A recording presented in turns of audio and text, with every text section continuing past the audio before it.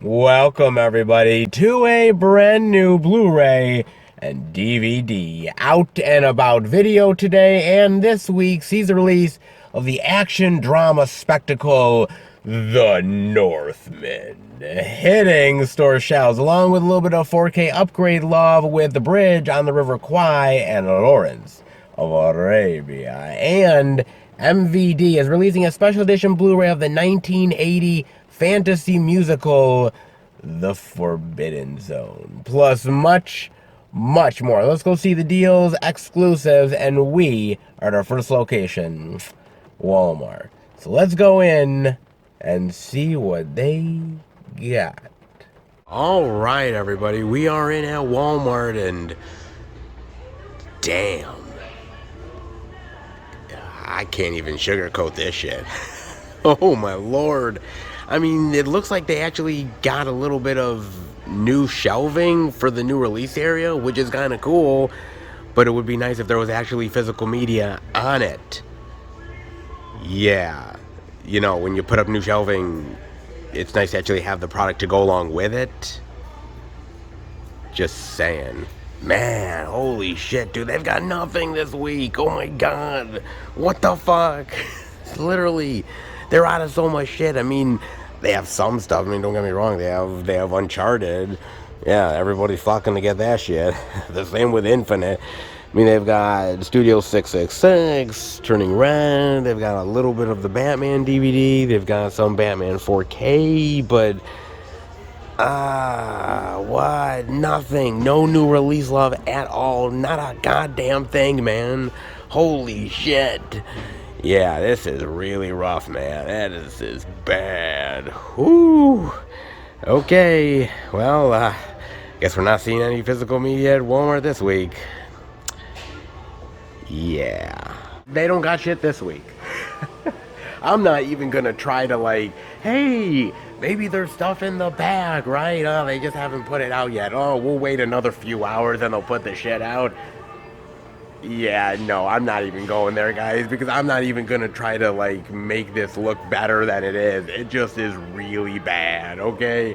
I mean, damn, man. I mean, I know it's not like a huge blockbuster physical media week where, like, huge profile movies are coming out, but there's still some good physical media coming out this week, though. And Walmart ain't got jack shit. Well, at least this Walmart doesn't, man. I mean, am I entirely shocked? No, but I'm still kind of like, Bueller? Somebody? I mean, damn, man. Jesus, they just got nothing, man. They are like stone cold empty like a motherfucker in here, man. Damn. Okay, well, so much for depending on the first Walmart this week, because that shit is not happening at all, man.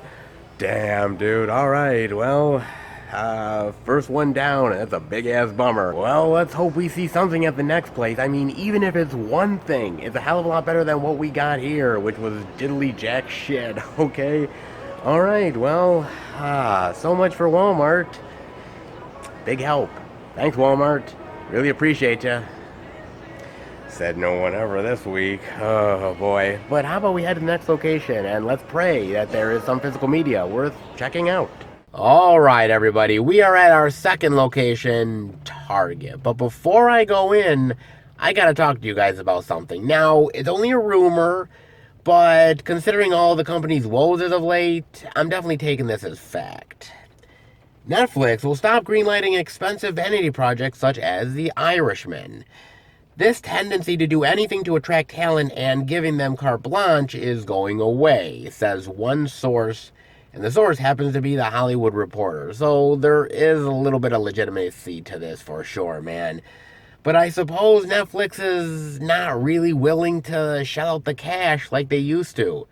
Gee, I wonder why. I mean, look, I have talked to you guys ad nauseum about what's going on with the streaming wars, right? And Netflix is a big part of it. And some of the woes that they have had as of late have definitely been high profile, losing a shitload of subscribers, on top of that, laying off some of their workforce, and God knows what else is going on with this company. Now, I'm not saying that they're going belly up or they're going under, because Yeah, I don't think that is going to happen anytime soon, guys. But that being said, I don't think they're willing to really go out of their way to spend the cash on not guarantees. Put it that way. I mean, look, I loved The Irishman. Okay, I'm not gonna lie. I thought it was actually really good, man. Some people didn't really like it. Some people thought it was overly bloated, 3 hours long. Fair enough, but look, I loved Martin Scorsese diving into that gangster world yet again. I like that mob mentality that he does. So that movie tickled my fancy. Okay, it really honestly did. But to spend, I think, what did they spend? Like $200 million or something like that, or something close to that on that movie. And I know they had to do it because of the whole de-aging process with Pacino and De Niro and Pesci and all those guys. Okay, fair enough. But let's be realistic. That is one hell of a gamble, man. Okay? And I know they did it because it's Scorsese, right? He's a high profile director. You have Pacino, you have De Niro, you have these big, heavy hitting actors. Of course, Oscar season, awards season. I get it, right? They wanted to do that. But again, you spent a lot of money on that, and I don't think you really ended up getting back your return the way that you wanted to. I'm just saying, not as much as you were hoping for. And on top of that, they're spending a lot of money on a lot of these high profile producers and writers and creators. I mean, just think about this. Shonda Rhimes, who created Grey's Anatomy and a lot of other shows, Netflix gave her $100 million to create content for them. $100 million. And there is no guarantee, not a single one goddamn guarantee that actually anything that she creates will actually have the same amount of staying power as Grey's Anatomy will. There's no guarantee on that whatsoever. They just said, well, Shonda Rhimes, she created Grey's Anatomy, so we're just going to give her $100 million to create stuff for us, right?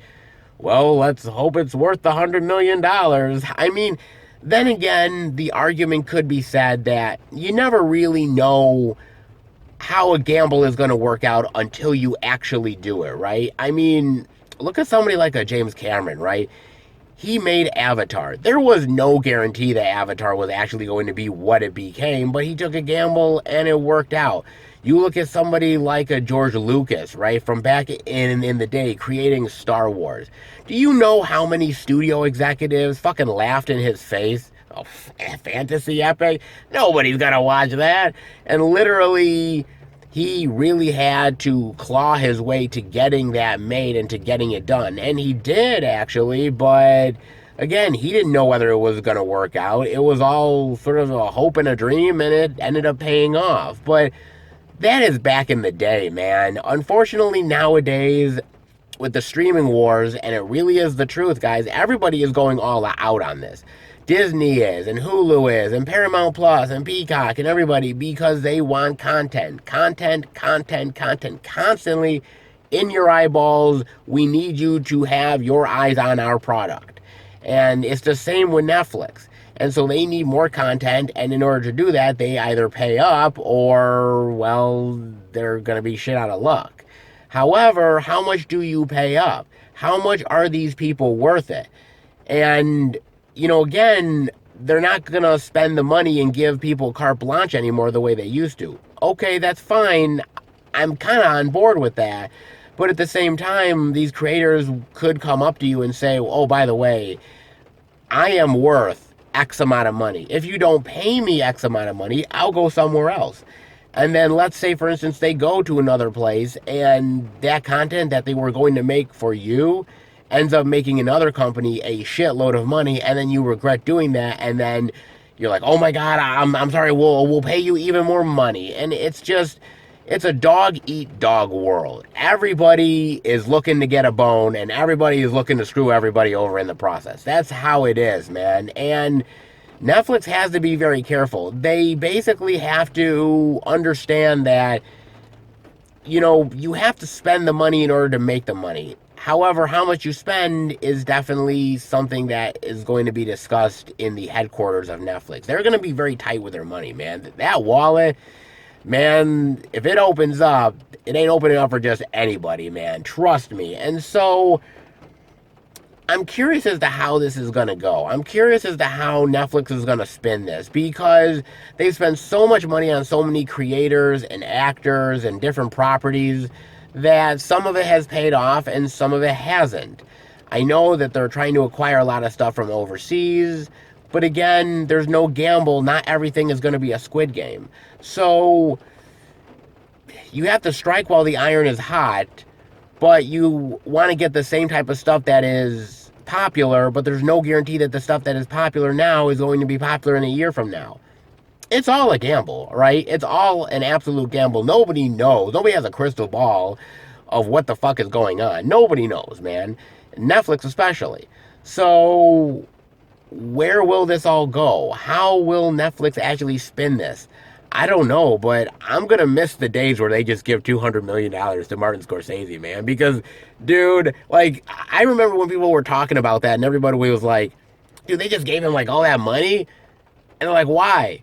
And it's like, dude, like, that's, like, the coolest shit. Like, Martin Scorsese just making that shit. I mean, yeah, Martin Scorsese got away with it, but unfortunately, he might be one of the last of the Mohicans because I don't think anyone else is going to get away with what he got away with, man. Cronenberg and a lot of other people, Coppola, they've all went to Netflix and said, hey, give me money, I'll make projects for you.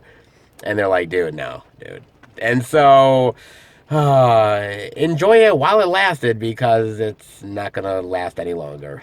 Damn shame, man, but I'll be very curious how Netflix is going to go forward with not paying as much money for their stuff. We'll see how that goes, guys. Will it be successful or not? Definitely let me know.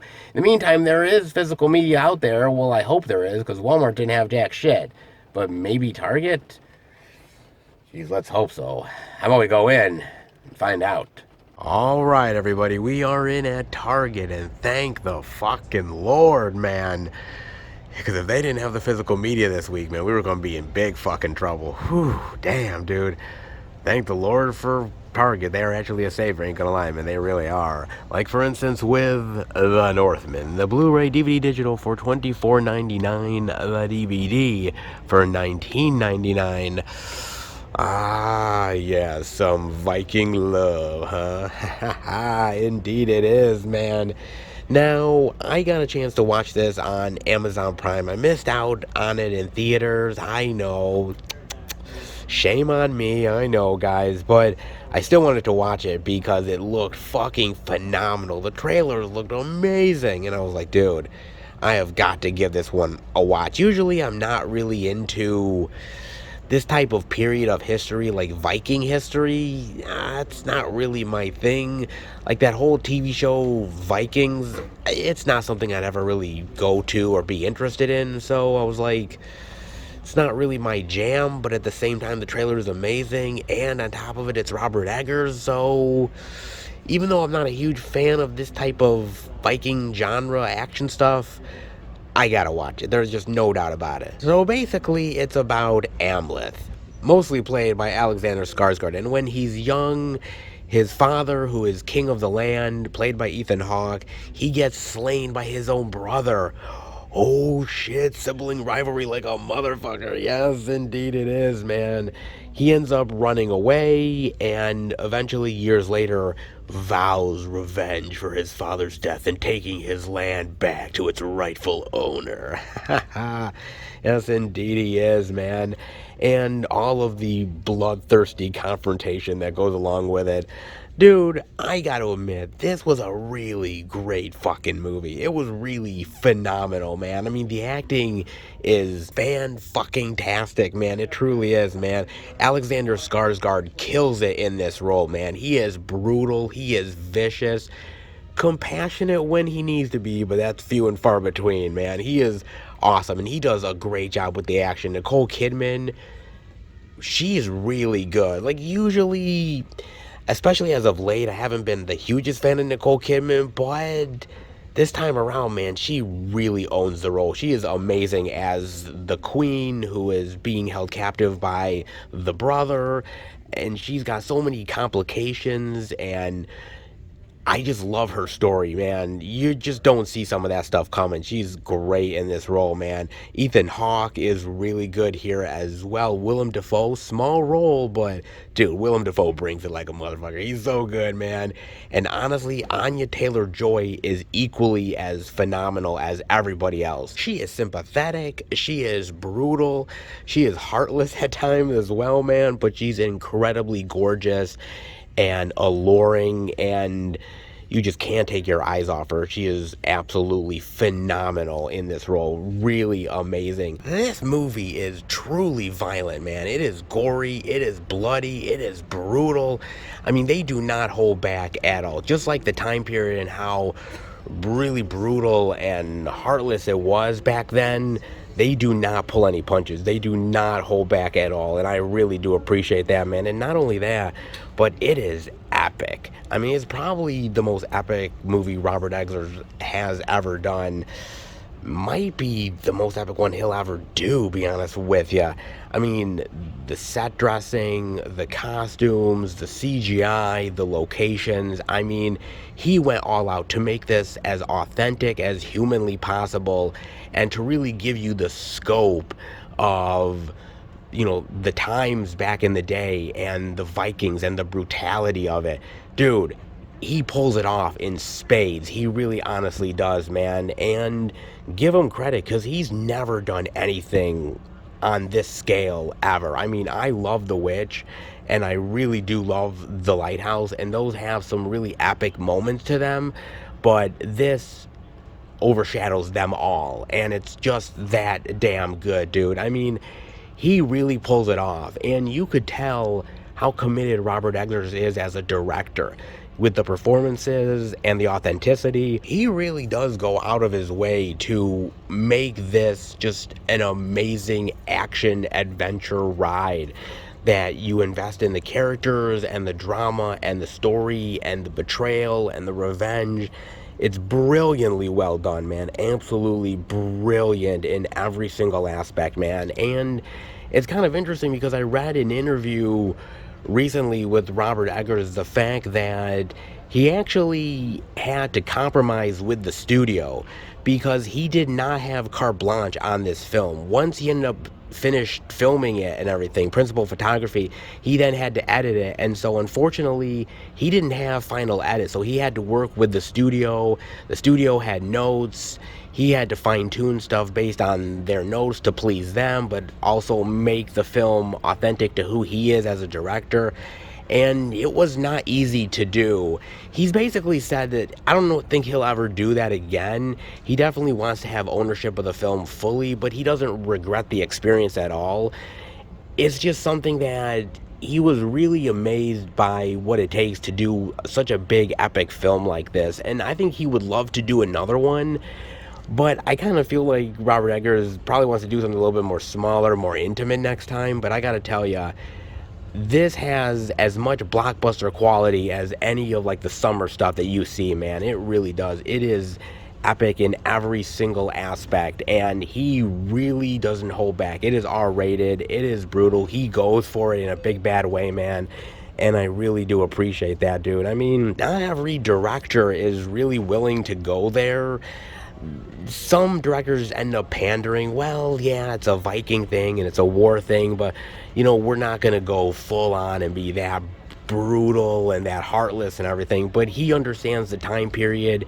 He's a student of cinema, he's a student of history, and he absolutely killed it with this film, man. It is absolutely amazing from the moment you started to the moment you ended, man. It is absolutely amazing, and it has to be one of the best Viking movies of all time. God knows I haven't really seen many of them, but this one has to stand head and shoulders with some of the best of them. It really honestly does, man. And I gotta give huge props to Alexander Skarsgård again. I really honestly do, man, because he is a good actor, and he comes from a long line of family who has been doing this for a really long time, and a lot of really great actors who have been a part of some amazing projects in cinema history. And he is really good. Sometimes he gets overshadowed by some of his other family members, to be honest with you. And unfortunately, he's kind of been shortchanged as an actor. He hasn't really been given as much props as he should be, and nor the opportunities that he should get either. He's gotten some okay roles, but they haven't really shown off his range. The best one is definitely Eric from True Blood. I loved him in that role. The first few seasons are absolutely phenomenal. The last few ones are not as good, unfortunately, but that's not really his fault exactly. But I thought he really showed off a great range in that TV show. Unfortunately, he hasn't really gotten much opportunities to do it outside of that, but The Northman really shows that he's a phenomenal actor. Given the right material and the right role, he really honestly shines, and this movie really showcases him in the best ways possible, man. Expertly directed, expertly acted, and just epic in every sense of the word, man. Robert Eggers, dude, he has quickly become one of my favorite directors in recent memory, and there's a reason why, because he's just that damn good. And honestly, I cannot wait to see what he does next. I definitely hire him to finish the job in The Contractor, the Blu-ray digital for $22.99. A little bit of badass Chris Pine goodness? Perhaps indeed, man. Because I got a chance to watch this on Amazon Prime, and I wanted to because of Chris Pine. I mean, I can't say that I'm the biggest Chris Pine fan, because I'm really not. There's only a few roles that I've actually really liked him in, but when he does really good with a role, he really honestly does. And it seemed kind of interesting to me, so I wanted to give it a chance. I mean, basically, Chris Pine plays a special forces sergeant, and he's been trying to stay active. His knee is really messed up. It's basically shredded. He's been taking HGH and all these sort of pills and hormones and whatnot. And honestly, one day the military army is like, yeah, we found all this stuff in your system and your blood, and we can't handle that shit. We can't have you here. And so basically they just send him packing, have him retire without benefits, without healthcare coverage. Bills are mounting at home. He's got a little kid, and he doesn't know what to do with his life, right? He devoted his life to the army, to the military, to the United States, and now he's been thrown away. And his friend ends up saying, hey, I can get you into this private contracting firm, this sort of like underground military force. And basically we sort of help out with certain situations, and honestly, he needs the money, and he just goes along and does it, right? However, he becomes way in over his head, and what should be very simple turns out very complicated, and who to trust is even more tough. So look, I am gonna be honest with you. The movie isn't bad, all things considered. It's kind of predictable. You see shit coming a mile away. You know there's going to be the betrayal. You know that he's going to have to get revenge on people. You know that, right? It's just, in order to make an intriguing movie, that shit's just going to have to happen, right? I mean, it's not like everything's going to go hunky-dory and the mission is going to go great, and he goes home and he kisses his wife and kid on the head and calls it a night. Oh, this has been great. Yeah. Let's pay the bill, sweetheart. Yeah, no, that shit's not going to happen, man. So you know that in some ways, obviously, things are going to go tits up, and they're going to go tits up fast. Obviously, you know that, man. But just because it's predictable doesn't mean that it still doesn't have its thrills and suspenseful moments, and it definitely does. And I think that's what I really liked about the movie overall, is the fact that you still cared about the characters, you still cared about the situations. It was still very action-packed and exciting, and that's what I liked about it. I mean, honestly, yeah, the predictability kind of sucks, but these type of movies have been made so many times, you sort of see it coming at this point. But I like the fact that I was still invested in the characters and the situations, and the action is really good for the most part. It's not half bad, honestly. And Chris Pine pulls it off. I mean, look, I gotta be honest, man. I mean, Chris Pine, to me, is not the best actor. He's okay. I think he's average. I would put him in the same category as somebody like Gerard Butler, right? He's serviceable, all right? Serviceable is not a bad thing, but it's not exactly tremendous either. However, there has been moments where he's kind of bucked the trend. Movies that I've really liked him in despite some of his shortcomings, like Kirk. I thought he's been really great in those first 3 Star Trek movies. I think he's been absolutely phenomenal, man.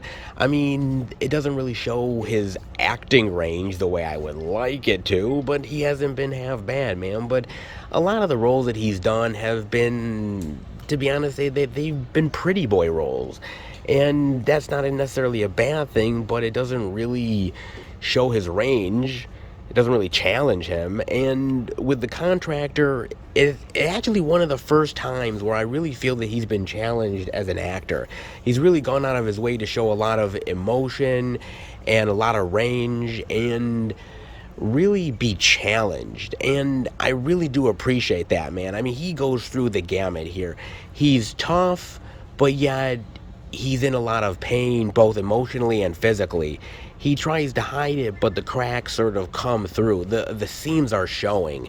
And I like, obviously, his desperation and his willingness to basically do anything to get out of this sticky situation, no matter what the cost it might be. And I thought that was phenomenal, man. He is really, really great in this movie. I mean, it doesn't hurt the fact that he's supported by a lot of really wonderful actors. I mean, Ben Foster is really great here. Gillian Jacobs is awesome. Kiefer Sutherland in a small role, but really effective, man. I mean, basically, this is the guy that basically recruits him into the private contracting military force firm, and he's like, well, you know, you could go to other people, but you know, we're a family. Oh, are you, man? I mean, Kiefer Sutherland is so convincing. I mean, I could listen to him read off the phone book, for Christ's sake, man. If he were to be like, yeah, I'll definitely change my number to a sex hotline. Absolutely, Kiefer. God, you make so much sense to me. I mean, truly, man, he is really great. I mean, I wish he had a bigger role, but it's not half bad, man. He's still really good in here, but look, it is the Chris Pine show, and Chris Pine does a phenomenal job here. The action is really suspenseful and thrilling. The emotion is there. Honestly, it's not bad. Predictable, yeah, you see things coming a mile away, but there's a lot of movies that have that, but are still really effective, and The Contractor happens to be that.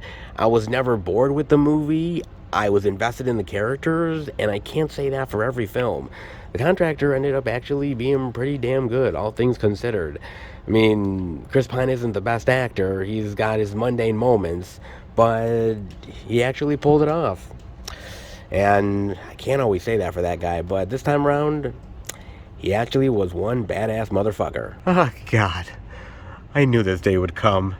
I've been counting down the months, the weeks, the days, the hours. Do I really gotta do this? Do I really gotta talk about it? Are you guys really gonna make me talk about it? Don't make me. If you have any soul in your heart, you will not have me talk about Fortress Sniper's Eye. You really won't, man. But honestly, you guys like when I suffer, so clearly I'm gonna have to talk about it, aren't I? Oh, of course you guys will. Of course. Oh, man. And I can't wait. Because who wasn't looking forward to the sequel to Fortress? I mean, it was probably the most highly anticipated sequel of the entire year, right? I mean, some people would say Jurassic World Dominion, or Doctor Strange in the Multiverse of Madness, or Avatar Way of Water, Top Gun Maverick. Those people are idiots. Nah, this is the most exciting sequel of the entire year. And God help everybody who fucking believe that shit. Oh, Lord, God help them all, man. Oh, time heals, but vengeance kills. You say time heals, but after watching this movie, I'm gonna need a lot of fucking healing. I really am, man. I mean, I saw this on Amazon Prime, right? And of course I did, because, hey, I watched the first movie, and I just needed, Yeah, I absolutely needed to know what was going to happen next in the Fortress saga. Of course I did, because Lord knows I was so invested the first time around. It's going to be even better the second time, huh? Sure, it absolutely honestly is. Right. Oh, man. So, the sequel takes place a few weeks after the first film ends, right? The whole assault on the compound, aka the retirement home. And they're trying to pick up the pieces, and Bruce Willis is actually recovering because before he shot Bowsery dead, played by Chad Michael Murray, he ends up trying to plead with Willis, right? He's trying to be like, save and rescue my wife. Damn, dude. I actually have more emotion in my voice than Chad Michael Murray had in his fucking performance. Shit. And so he's trying to plead with him, and Bruce Willis is like, sure, I'll help out and rescue your wife. And I'm like thinking to myself, like, wait a minute, this guy tried to fucking kill you the entire film, and you like are like, hey, yeah, I'm just gonna do one last favor for this guy before I pop him. And I'm like, no, screw that, man. I would have said, I hope you rot in hell, and then shot him right between the eyes. But apparently, Bruce Willis has more of a heart than I do, so he decided, sure, why the hell not, man? And he ends up getting injured trying to rescue her. So he's trying to recover, and everyone's trying to make everything better and get back to a certain amount of normality. And everything's going fine, right? It's kind of relaxing and quiet. Well, not for long, because, spoiler alert, Bowsery's alive. Fooled you! And he is back to basically storm the compound yet again and try to get his money yet again. Yeah. Wait a minute, didn't Bruce Willis shoot him? Well, he actually did. Man, and what a fucking dumbass Bruce Willis is. Dude, you always double tap, okay? It's not just for zombies, it's also for Chad Michael Murray, too. Alright? God damn, man, you stupid motherfucker. And so he's back for Ravanga. And so it's time to storm the retirement home yet again and save the day yet again. And God help us all, man. Now, if that synopsis sounds somewhat familiar, well, actually it was the synopsis of the first film. Yeah. The storming the compound, trying to get the money, trying to kill Bruce Willis's character, holding people hostage. Yeah. That's the first film, guys. I'm not even lying, dude. They just copied and pasted from the first film and just maybe changed a little bit of the dialogue and some of the double crosses, and that's it. That's all they fucking did, man. And literally, I'm just thinking to myself, I would have loved to have been in the meeting with the director and the studio, right? They're in the meeting, and the director's like, oh, dude, we'll do a series of Fortress films, right? We'll contract Bruce Willis and Jesse Metcalf, and we'll get his shirt off, and it'll look all hunky, and Chad Michael Murray will be the villain, and they're like, oh, shit. Oh, man, some of those guys from, like, the 90s and early 2000s, yeah, I know, it's really cool, right? And then he explains the plot of Fortress, right? Well, Bruce Willis is secretly a badass, and Chad Michael Murray is his nemesis, and he invades his community to get after him, and he holds hostages, and he's trying to get money, and basically it's a survival kill-or-be-killed scenario, and the studio executives are like, oh, shit, oh, I'm liking this, oh, this is pretty goddamn good, and then the director's like, oh, wait, there's more, man, the sequel. And they're like, oh, shit, what does the sequel hold? I mean, if the first film is that badass, the sequel's gotta be even better, right? Like, oh, just you wait, man, because basically, Chad Michael Murray is still alive, and he invades the community, and he's trying to get his money, and he holds hostages, and it's a survival kill-or-be-kill scenario.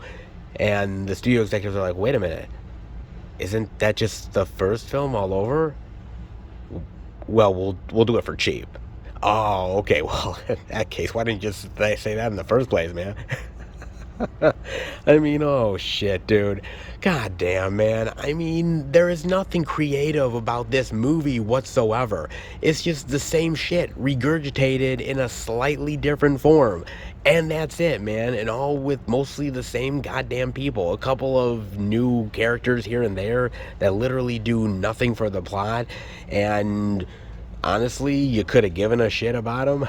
I mean, they're just extra fodder, put it that way, man. They really honestly are. And I hate to say it, usually sequels are better than the first movie, but in this case, the sequel is actually worse than the first movie. How is that even possible? I mean, seriously, man. I mean, this film makes the first film look like fucking Shakespeare. And that's really sad. It really is, man. I mean, Bruce Willis, again, is just here to collect a paycheck. He doesn't really give a shit, man. And I'm just being honest. Jesse Metcalf, he's trying to be the action hero macho type. And it didn't really go very well in the first film, and he's not really pulling it off again. It just comes off as more desperate than anything else. I mean, he's not a badass material. And if he thinks he is, man, he really needs to look in the mirror. He's not really impressing anybody no more. Maybe back in the day, Desperate Housewives, when he was taking his shirt off and Terry Hatcher was pining for him, maybe. But if he ain't mowing the lawn and sweaty, then I don't think anybody gives a shit, right? And Chad Michael Murray, dude, I didn't like Chad Michael Murray in the first movie, and here it's just more of the same. He's not really given much to do, and he's a terrible bad guy. He's not intimidating at all. I'm just not intimidated by him. He's like this schoolyard bully that ended up lifting a 5-pound weight and ended up thinking, oh my god, I've got a little bit of muscle, Dad. I can bully the other kids around. And suddenly you sort of look at him, you're like, dude, man, I could flick it with a toothpick and you'd probably fall over. Oh, man. You know, he just comes off as a whiny crybaby, man. I didn't get my money. I didn't get my way. Nothing's going right for me. I mean, my God, man, just shut the fuck up, dude. I mean, seriously, it's a fucking embarrassment, man. It's an embarrassment for everybody. This is a paycheck movie. Nobody gives a shit about this goddamn thing. I mean, they know it. They don't care about this goddamn thing, man. They're just going through the motions. As long as the money is in the bank, that's all they really care about, dude. I mean, none of them really stand out in this movie. The only person that does is actually Michael Cera. He plays Blaine. He was in the first movie. He did a really great job in that first movie, and he does an even better job here.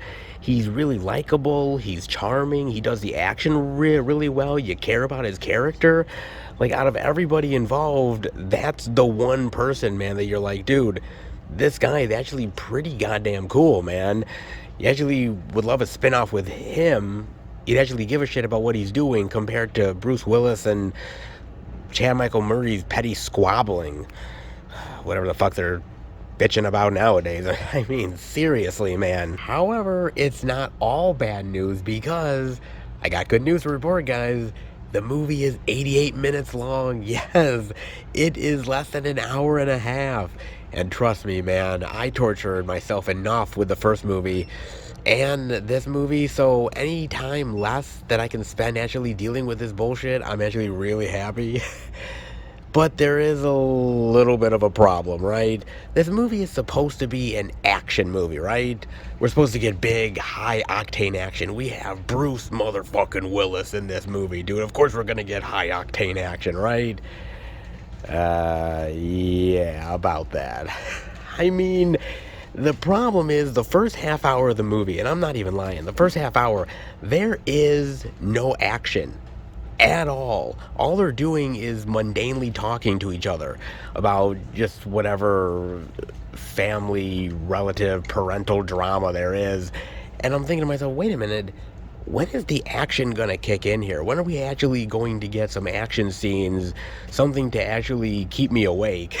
And honestly, after a half hour, you get a little bit, but you don't get a lot. And even what you do get, I mean, look, the action in the first film is really shitty, but, I mean, at moments it was kind of competently directed and competently sequenced and choreographed. Here, dude, you do not get that shit at all, man. It is just really shoddily done, cheap as hell, so close up you can't see a goddamn thing or whatever is going on, man. It is even cheaper than the first film. Can you believe that shit? Man, I couldn't. I literally was like, wait a minute. Damn it, we're not even trying in this bitch. Like, my God, man, did they blow the budget on the first film and just literally said, like, we got nothing, man. Does anybody got any Tybo tapes to come up with some ideas? Shit. Literally, it is so shoddily done, badly choreographed. It feels like none of the actors really give a shit about actually making it convincing whatsoever. Man, it is even worse than the first film. Dead serious, man. And it's so close up, you can't even see a goddamn thing, man. Or on top of that, it's so shaky. Oh, it's so shaky that you're like, dude, what the fuck is going on in this thing? I mean, they try to do everything in the book to try to mask the fact that this is so fucking cheap as shit, man. Dude, the action is pitiful here. The acting is pitiful. The story is really just a regurgitation of the same old shit from the first film. I mean, my God, man, they have no ideas in this bitch whatsoever. It is a goddamn shame, man. It is just downright embarrassing. It really is, dude. It's a goddamn shame, man. Somebody needs to fucking hang their head in shame for this shit. They really do. I mean, that first film is not a winner. Not even close to being a winner. But you want to know what? I kind of prefer the first movie. Man, I thought I would never say that I prefer anything like Fortress, but when it comes to the sequel, yeah, I kind of do, man. I mean, look, I don't like any of these movies, all right? I really honestly don't. And Fortress is a major embarrassment, but if you can actually believe it, God's honest truth, Sniper's Eye is even more of an embarrassment. How? How, man? How is that even possible? Did they literally have a bet on the set where they're like, you know what? How can we make a movie that's even shittier? Strap in, motherfucker. Oh, my Lord. And they accomplished it. They really did, man. You know, there is a rule that sometimes sequels are not as good as the original, right? Sometimes that's not the case. But at least people try, man. This movie is not even goddamn trying. It's just... I don't even know anymore, man. My brain is fried from this shit. And I really hope, I'm just praising to Jesus that there is no third film. Because if there is, man, just put me down, will you? Just euthanize me, will you, for fuck's sake? I can't go through another one of these. I really can't, man, because I've already lost my mind at this point. It's done. It's fucking fried, man. And if I gotta go back for a third time, man, just put me in a fucking mental hospital, because I'm gonna need the goddamn shit. I really will. I will never, ever watch Fortress or Fortress Sniper's Eye ever again. Once was far enough. And I suggest you never suffer what I suffered through. Because honestly, once you experience it, there ain't no going back from this turd burger. Oh my God. Be still, my eyes. Oh, I know some of you guys might be really excited for the Northman. You were very excited for the Batman. Oh, you couldn't wait to dive into that Spider-Man No Way Home gold. But me, I'm a cool writer, baby. The 40th anniversary limited edition steelbook. Oh, for Grease 2 for $14.99. Oh my fucking God, dude. I love this movie. I am serious. Like, this is one of the best sequels of all time, okay? I don't care whether you disagree with me. I do not give a shit. It literally is, man. Those are facts, motherfucker. Oh, man. God damn it, I love this movie. Holy shit. I am so happy that this got some steely love. You have no idea, dude. This is a great movie. Incredibly entertaining, dude. Infectiously fun. Okay? I'm gonna say something right now, and it's gonna be very controversial. Some of you people might beat the shit out of me for it, and I don't care, man. I'll take all the bruises I can get, because I think Grease 2 is better than Grease. Yeah. I just said that shit. I just did. You want to know what? I ain't taking it back. Fuck that shit. There is no way in hell I'm doing that, baby. You can goddamn guarantee that, man. I mean, I know I am in the minority. I am in like the major minority when it comes to this, because most people consider Grease a classic. And by the way, it is, all right? I am going to acknowledge it's a great movie, great performances by Olivia Newton-John, John Travolta, Didi Khan. Everybody in that is great. The music is infectious. easily iconic, no doubt about it. Not even going to question that or even debate it. It is the truth on Grease, right? But I do feel like Grease 2 is vastly underrated, and I get it, right? It's hard to follow up from the first Grease. That was a cultural phenomenon. It was iconic. People memorized the songs. They sung them all the time. They dressed up as the characters. It was a huge, huge hit for everybody involved, man. No doubt about it. It honestly really was. And to follow it up with a movie that doesn't bring back any of the characters or a lot of the main actors, nobody was really all that interested in it. I mean, they were interested in the name Grease, but not exactly this movie. And I feel like it kind of got shortchanged because of that. I think it's a much more entertaining experience than the first Grease film. And I think the songs are a lot more fun, and I get into them a hell of a lot better than the first movie. And I know, even saying that is sacrilege. You guys think I'm on fucking crack or some shit. But I really do love this movie, man. And I love Michelle Pfeiffer in here being this tough as nails girl that sort of wears her heart close to her sleeve and doesn't really want to commit to anybody or anything. And this boy comes in and he likes her, but she's not really into him. She wants a bad boy. She doesn't want a fake bad boy. She doesn't want one of those fake T-birds. She wants a real bad boy, somebody that can really sweep her off her feet. And he ends up really wanting to be this person for her. And the idea that he becomes that, she likes him. Do you fall in love with the actual person or the persona of what you want that person to be? I think it's really great, man. The chemistry between the actors is on fire here. I think the story is much more engaging. I believed the romance. I believed the longing between the characters. I think Michelle Pfeiffer is awesome here. This is like one of her first early roles, and you really feel the charm. She's stunning to look at. She's got great chemistry with the actors. She has movie star quality written all over her, especially in the early roles, man. She shows it off in a big bad way, man. And Max Caulfield, you know, I've always really liked Max Caulfield. He doesn't get a lot of love, but I've really dug him in Empire Records and The Boys Next Door, that Penelope Spheris flick. He's actually a really solid actor, man, that actually I wish would have gotten more love, but he never really did. He has leading star actor quality, but I guess some of the roles didn't quite pan out the way he wanted it to. Damn shame. And lest we forget, Adrian Zmed, who played the leader of the T-Birds. He is so good in this, man.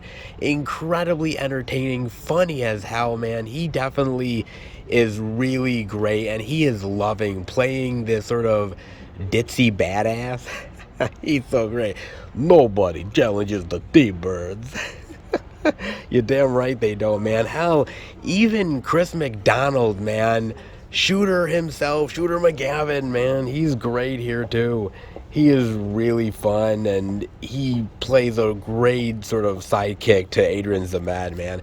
Everybody does a great job. They're just having a ball with the roles and just having fun and just living it up, man. And I really dig that.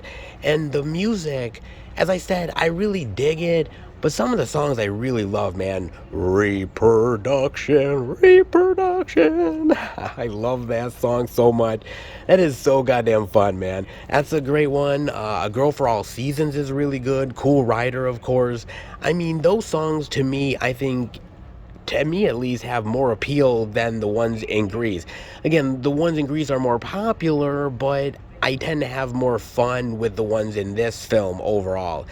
I think the characters are more entertaining. I think the story is more appealing to me. I think the songs are more infectious. I don't know. To me, I think this is an overall better film, better movie. It's not as iconic, and it's not as much of a phenomenon. Unfortunately, it was never going to live up to the first Grease movie. It just was never going to happen, man. That was a tall order, and that shit just was never going to get accomplished, dude. But I do think if you were to take away the Grease expectations, then I think you'd have a lot of enjoyment watching this movie, man. It's the same thing with Halloween 3, right? It's called Halloween 3 Season of the Witch. And a lot of people went in with, oh, well, it's going to be Michael Myers, it's going to be a standard Halloween movie, and they wanted to do something different. The problem is they called it Halloween 3, so the expectations were over the roof, and there was no way that they could accomplish that, man, because Michael Myers wasn't in the goddamn thing.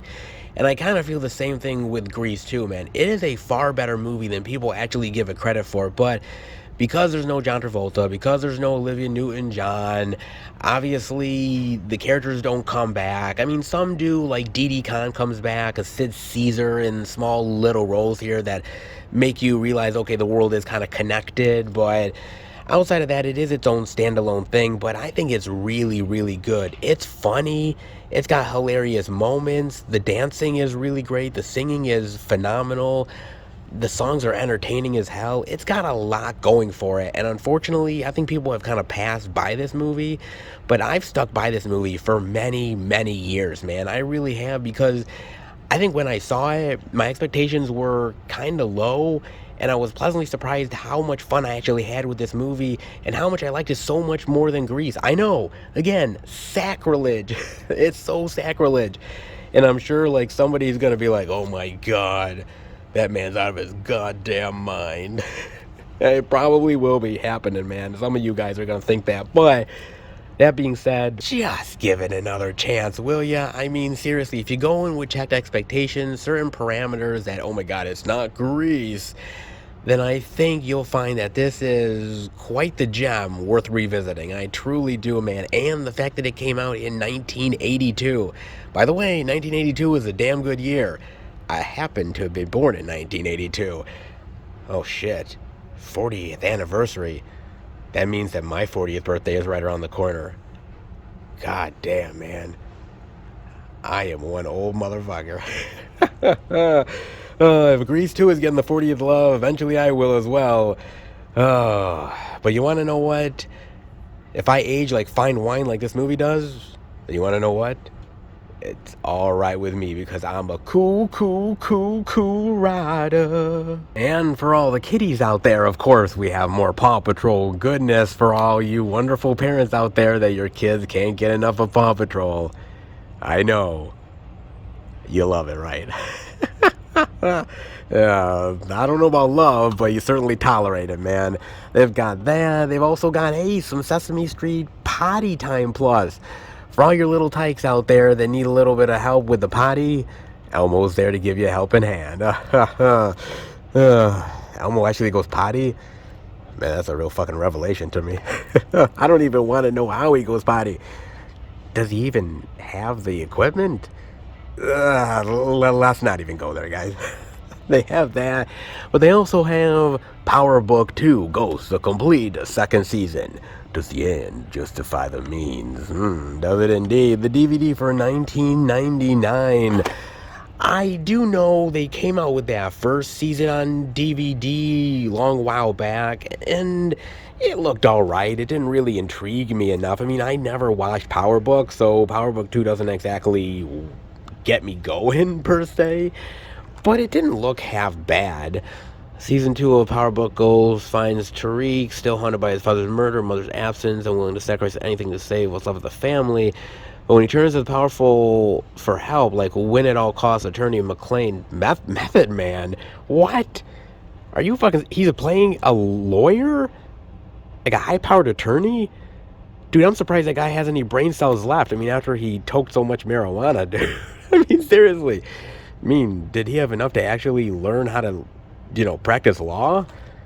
Man, if I had Method Man as my lawyer, I mean, I probably wouldn't win my case, but, dude, the parties would be epic. Indeed it would. Oh, dude. Oh, Mary J. Blige is in here. Tariq is too toxic for the family. Trust issues. Okay, interesting. I don't know. I mean, it looks okay.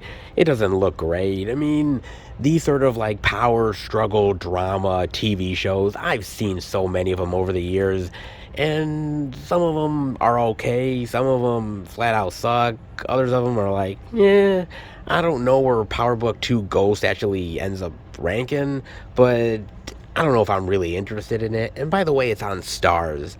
You know, I subscribe to a lot of stuff already, and it's hard to really get me interested in a service. It's gotta be worth my while at the end of the day. You know, it's gotta have something that really intrigues me.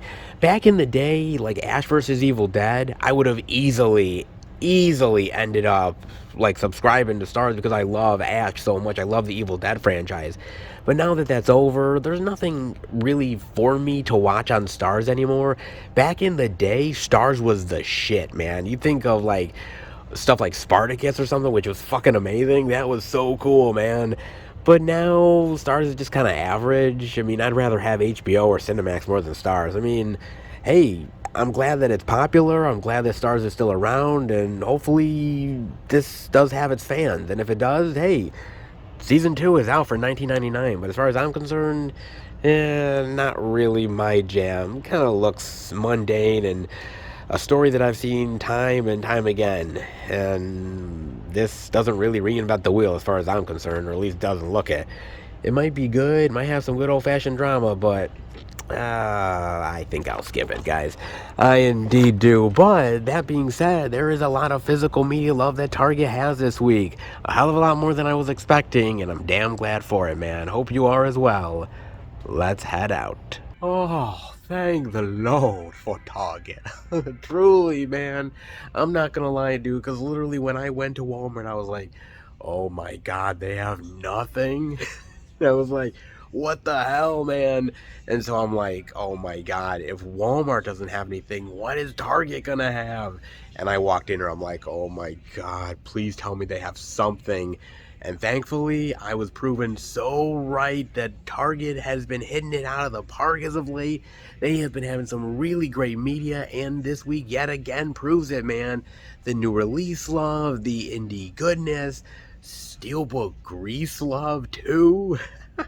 I mean, come on, man. In fact, true story, after I filmed, there was a guy. Yes, he was an older guy with his daughter, but he was right there, and he was like, oh, hey, Grease too. And I'm like, that's awesome. And I'm like, never underestimate the underground love for Grease 2, baby. Never underestimate it indeed, man. But I am so glad that Target had the physical media goodness this week, man. Because again, it's not the most high-profile physical media week. There's not this huge mega title, but there is a lot of physical media out there. And Target proves that if you do your due diligence and actually put the stuff out and actually have it available, then people will come flocking to it, baby. Indeed, they will.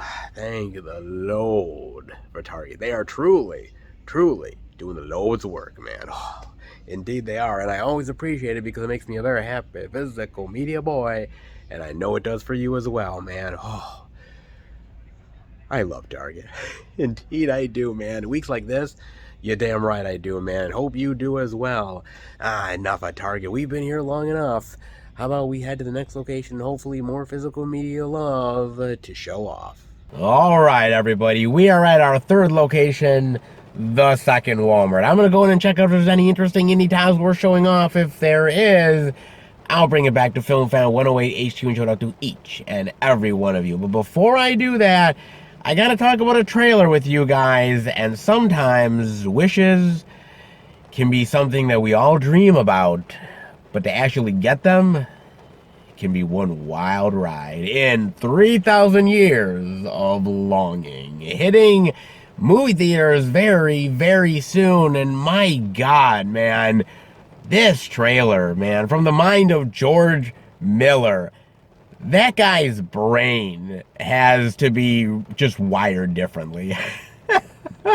It really does, man. And I got to admit, I'm intrigued like a motherfucker with this film because of George Miller alone, I'd have to say, because obviously anybody who is a fan of action movies have seen at some point the Mad Max movies, right? We've seen them.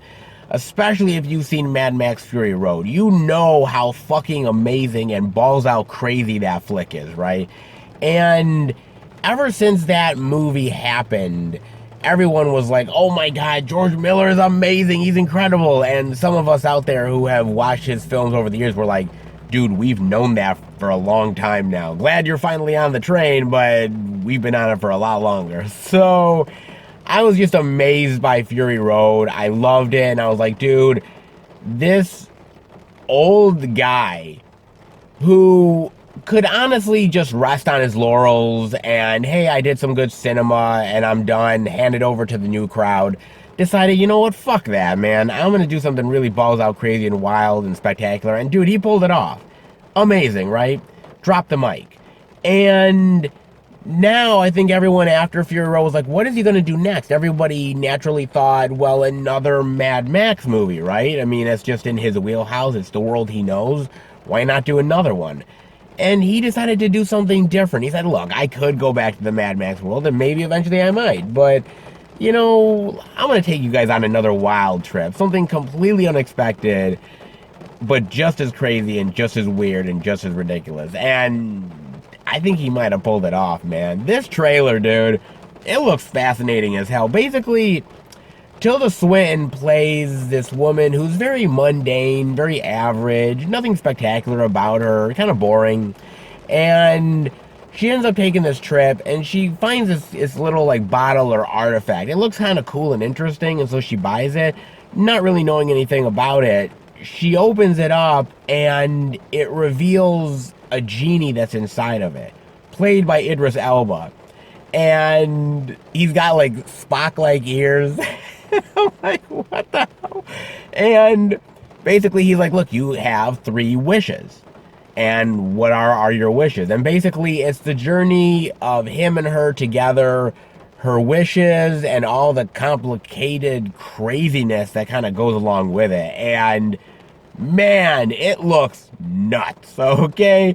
Like, this looks wild, man. And I've always really liked the idea of wishes and what you would do with wishes. And everybody says, oh, hey, I'll, you know, have $1 million, or, you know, I'll end up falling in love, or something like that. And it always goes not the way they quite expect it does, man. And this one just looks really just the wildest and craziest scenarios you could possibly imagine. And just hanging out with a genie alone is weird, but then with the wishes and the bizarre aspects of being a part of this world, this magical fantasy where honestly anything and everything can happen, and it is just crazy, man. I mean, you got to remember, with George Miller, you got to expect the action. There is going to be action in this movie. I don't know how it's going to come about. I don't know how crazy and wild it's going to be, but it's George Miller. Expect it, right? Also expect weird and crazy and out there scenarios. The trailer pretty much says that to you. And there's going to be some great comedic elements, and also maybe a really heartfelt story about a woman that's really trying to find herself and really trying to find who she is in this life, and getting a chance to do that with this genie that, you know, might relate to her in one way or another. And the fact that maybe even though that he's so magical, they're not so dissimilar from one another. It's kind of unique and interesting. It's got some dramatic moments. It's got some heartfelt moments. It looks like it's going to be really well acted. I mean, come on. When you got Idris Elba and Tilda Swinton, that's a winning combo right there. And on top of that, it's George Miller, man. And George Miller, to me, as far as I'm concerned, George Miller, he basically has carte blanche at this point, right? Like, I'm gonna watch anything that he makes because he's done so many great projects already. He's such an amazing filmmaker that for me, it's not a question of will I watch it or not. It's the fact of, am I going to be there opening weekend? And I'm absolutely going to do that, guys. There's no doubt about this. George Miller is a fucking rock star as far as action movies are concerned and sci-fi. And the fact that he decided to go out of way to make something very unique and outside the box, dude, I appreciate that. You know, for me, as a moviegoer, as somebody who loves movies, I've seen so much stuff. And nowadays, my brain is sort of wired to expect everything. I sort of, okay, well, this movie, I expect this to happen in this movie and this to happen in that way. And yeah, it's all gonna end the way I know, right? But then there's certain movies that come out where you're like, dude, it bucks the trend. And you end up actually appreciating the fact that a filmmaker really goes balls out crazy and just does the absolute unexpected. And this is one of those times, man. It looks crazy, it looks weird, it looks wild, ridiculous, but dude, it's George Miller, and George Miller's got my absolute respect. So I will be there, man, to check this movie out because it just looks so out of this world that I just cannot help to actually experience it in the movie theater and see what the fuck this madness actually is, man. It looks crazy, but I'm on board, man. Let me know what you guys think. Are you on board with this? Or you're like, dude, this is too weird for me, man. I'm out. It's never too weird for me, though. Never too weird for me, indeed, man. Definitely let me know what you think about that. But in the meantime, is there physical media indie gold? Well, how about we go in and see what we got? All right, everybody. We are in at the good old second Walmart for perhaps some more indie weirdness. Hopefully, indeed, because, well, the first Walmart literally gave us jack shit. Okay? Talk about a major disappointment, man. God damn, dude. Not one thing? Seriously? But Target ended up basically bouncing us back in a big bad way, but well, with all of the new release love, what about the indie bizarreness? I mean, we have been lucky here as of late getting a lot of weirdo titles, but does this week supply yet again? You want to know what? You're damn right it does. Oh, yes, indeed it does, baby. So you know what that means. We are heading back to Film Fan 108 HU, where you, Seth, yes, you get to show off the indie weirdness one more time. Oh, you've got to be thankful, right? All hail the king! All hail the king! Oh boy, what are you doing exactly? Because with that getup, I'm either thinking about bowing or laughing. I'm leaning towards one, but I'm not going to say which. I was inspired by the Northmen, and I wondered, what would I look like as a Viking king? Interesting thought, but come on, where's the beard? What? What are you talking about? Well, I hate to break it to you, but men back in the day, especially Viking kings, used to have hardy beards, real tough men. And you, well, yeah, I don't even see any peach fuzz. Wait right there, young squire. It's not entirely the truth. I mean, I do have a little bit of a 5 o'clock shadow, though. Right? Well then, I shall call you Sir King 5 o'clock Shadow. All hail the king. Silence! You will bow down to your king. And what are you gonna do if I don't? Then it's off! With your head. You mean my head?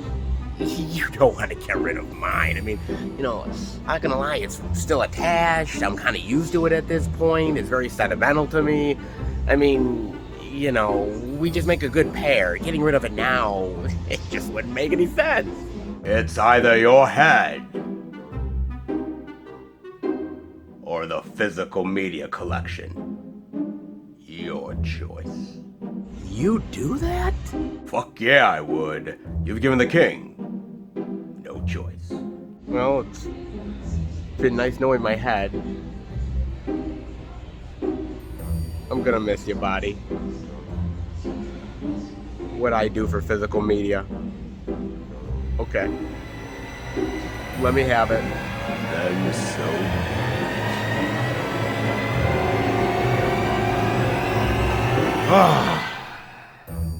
I was almost gonna do it. You came this close. I'll spare you this time. Perhaps next time you listen to your king. Oh, I'll listen to the king, all right. More like shove it up his ass. You know what? I think the power is getting to you a little bit too much with the wardrobe and trying to grow a beard and unfortunately not really even getting a 5 o'clock shadow right. Maybe one day you'll grow into be a king, but for the meantime, more like a prince. And even then, that's stretching it. Indeed it is. But you want to know what? Look, maybe you might not be good at the whole king thing, but what you are good at is showing off the physical media. So instead of trying to be all regal and failing epically, show off the physical media. Because it's the one thing you actually be able to do right. And that is saying something. Hold thy tongue, you smart-ass motherfucker. Hold it indeed. The only reason why I didn't kill you was because, quite frankly, I love the physical media too much. I can't threaten it. Threaten you. But I might as well keep the physical media instead of hacking you away. You might be useful one of these days. Maybe. We'll see. Maybe one day you'll prove your worthfulness to the physical media gods. But until then, the king will be watching. Oh, indeed it will. The king will be watching. Indeed. And thy sword will be ready for battle. Oh. Just you wait. Oh, just you wait indeed. All hail the king, baby. Oh, all hail it indeed, man. Oh, you know I am one of the most regalest physical media motherfuckers of all time. Oh, indeed I am. Say what you will, but nobody can beat the king. Oh, nobody can indeed, man, especially when it comes to the indie weirdness. Come on, you know I can't resist that shit. Even a king has his moments of weakness. Oh, indeed he does, and the second Walmart happens to be it. The weird, the odd, the bizarre. Oh, you know how the second Walmart rolls, and yet they deliver yet again. Because what a king wants is what a king gets. And indeed, when it comes to second Walmart, I cannot wait to dive in to thy weirdness yet again. Ah, yes. The indie love is back yet again. And this time, I think we've got some winners on our hands. Let's hope, shall we? Let's dive in and dive into a little bit of Shudder goodness? Ooh, with vicious fun. Oh, you don't say, do ya? Ooh, and that looks like a bloody good time. Ha ha, indeed it does, man. Huh, interesting indeed. Now, I know that this has been out a while. However, my second Walmart sometimes literally sucks ass, and they are finally getting in certain titles that they haven't had for a while. And Vicious Fun is one of them. So I'm glad to see some more Shudder love finally coming to the good old second Wally world. Let's see what this is about, shall we?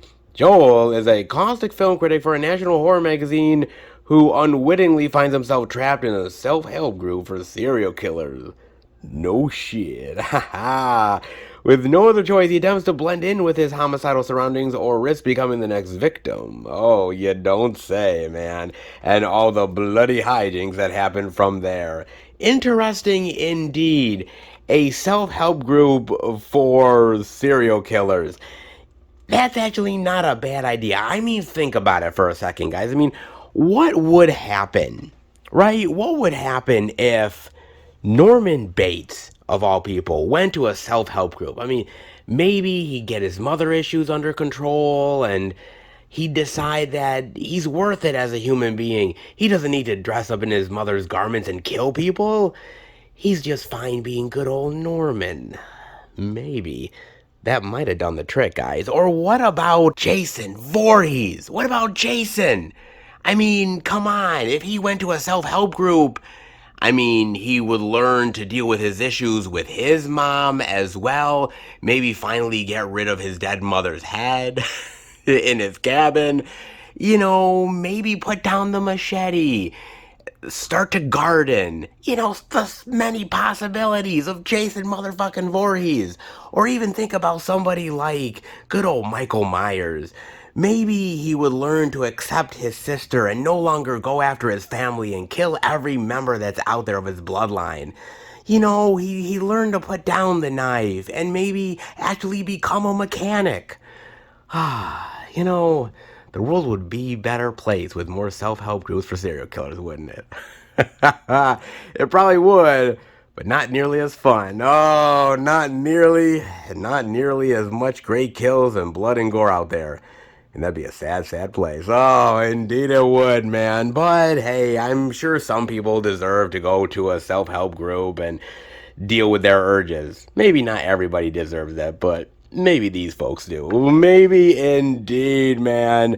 It is interesting, and I gotta admit, I watched a trailer for this, and it looks really, really fun. Wickedly entertaining, devious, and some good blood and gore and some crazy mofos added in.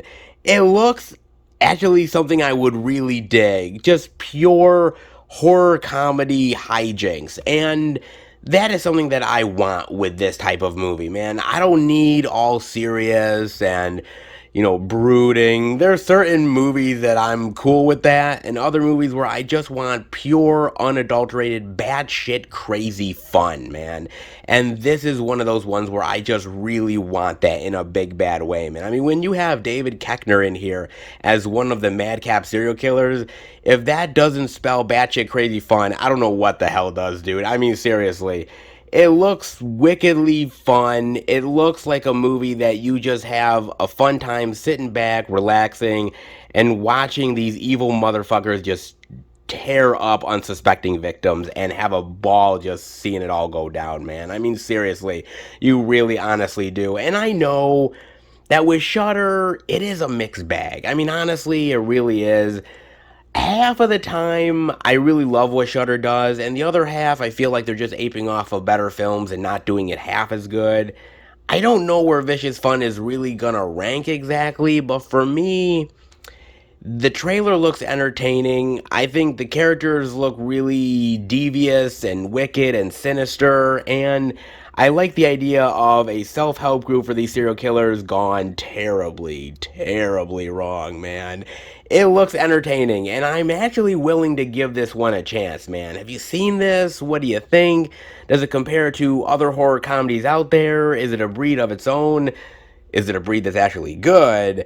Let me know, man. But I gotta be honest with you, if I was in a self-help group for serial killers, well, first of all, I'd want all their autographs, and secondly, uh, I'd need an exit strategy real fast. I mean, don't get me wrong, I'm not bad with a machete or a knife, but something tells me that these guys have a little bit more expertise and practice with their weaponry.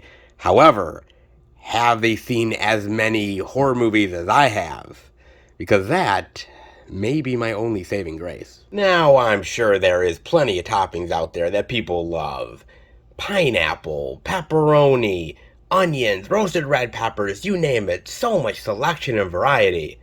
But for me, it's got to be licorice, baby. Licorice pizza. Oh, yes, baby. Finally, some motherfucker had this goddamn movie in a retail store. Holy shit. Do you know how long I've been waiting for some goddamn store to have this thing? My lord, man.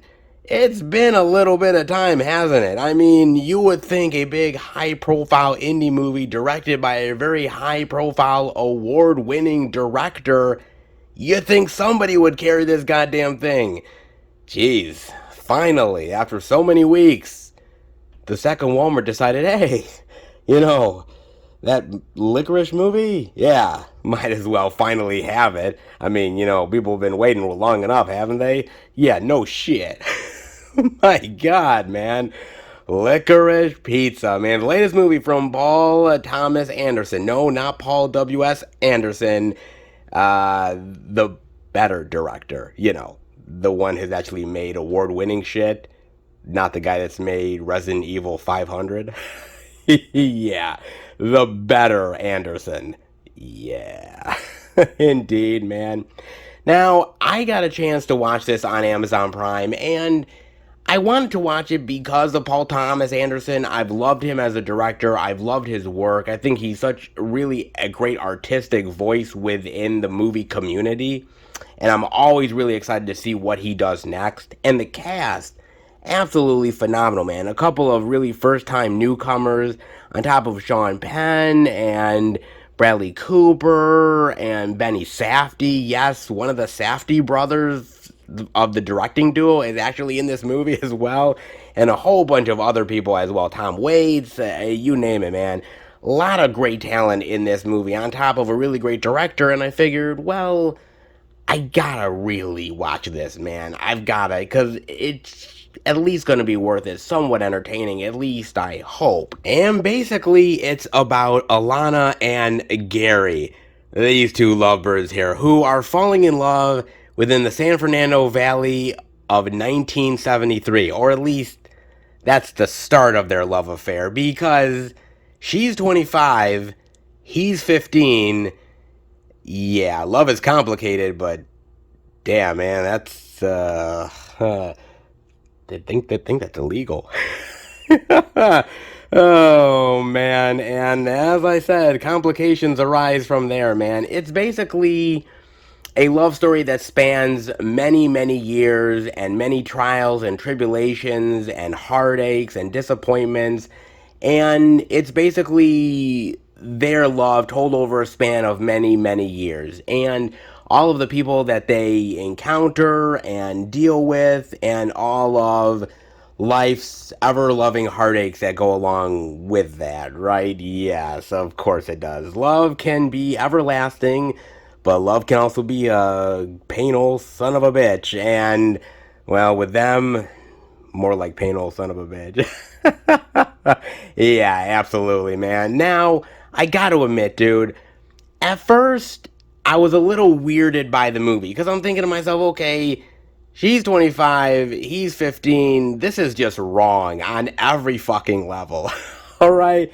And I'm thinking to myself, I don't know what to think about this. I mean, yeah, it's in the early 70s, and maybe you can kind of cut a little bit of slack as well, it's the 70s. But then I'm thinking to myself, like, wait a minute, I don't care what decade it is, that's just all kinds of wrong. And I'm like, I don't know. How is Paul Thomas Anderson gonna actually have me invested and really care about this love story when literally he's still going through puberty and is just way out of her league? How is this even gonna work, man? And I gotta give Paul Thomas Anderson a hell of a lot of credit, because he pulls it off. Because this love story, right off the bat, she knows that he is out of her league. She knows that this is wrong, okay? He is underage and she's overage, and yeah, sometimes opposites really don't attract, and in that case, better left unsaid. Then again, sometimes people ignore that. I'm talking about you, Woody Allen. Ooh, damn you, Woody. Oh, Lord. But the idea is that he is so infatuated with her, and he really loves her from the moment the word go, right? Because it's kind of like love at first sight. She doesn't really see it, but he does. And even if it's just being friends, he really wants to be around her and close to her, and eventually want to win her over. And she is so stubborn, and rightfully so, that it's almost like chipping away at armor. Eventually, over time, many, many years, he's able to chip away at that armor. And even there's moments where, she seems annoyed by him. She seems like, oh, this freaking guy again. Good Lord, man. But then there's moments where, like, she kind of misses him. And she's like, God, I wonder what he's doing, and where he is, and what he's up to. And you think to yourself, you're like, you kind of like him, don't you? I mean, you won't admit it exactly. You won't really go out of your way to actually say it, but you kind of do. And the love sort of builds up over many, many, many years and a lot of time with each other. And the idea that she's with other people, he's jealous, he's with other people, she's jealous. And it's this whole will they, won't they scenario that eventually comes to a peak in the movie. And, well, their love finally comes together in a really great cinematic way. But until then, it's a lot of fish out of water scenarios and moments where a boy is trying to pretend to be a man and failing epically. As happens to many of us guys Yes, we know the pain and heartache of trying to pretend that you're actually better than you actually are. Yeah, women see right through that shit.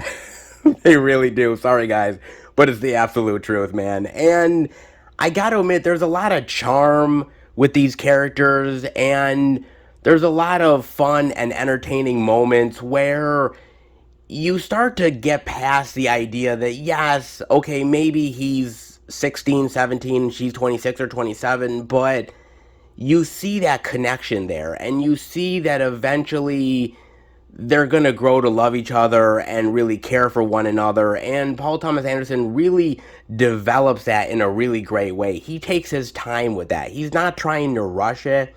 He's giving it its right amount of time to really simmer and stew and let those characters really not only mature, but also really learn how to love in the right way possible.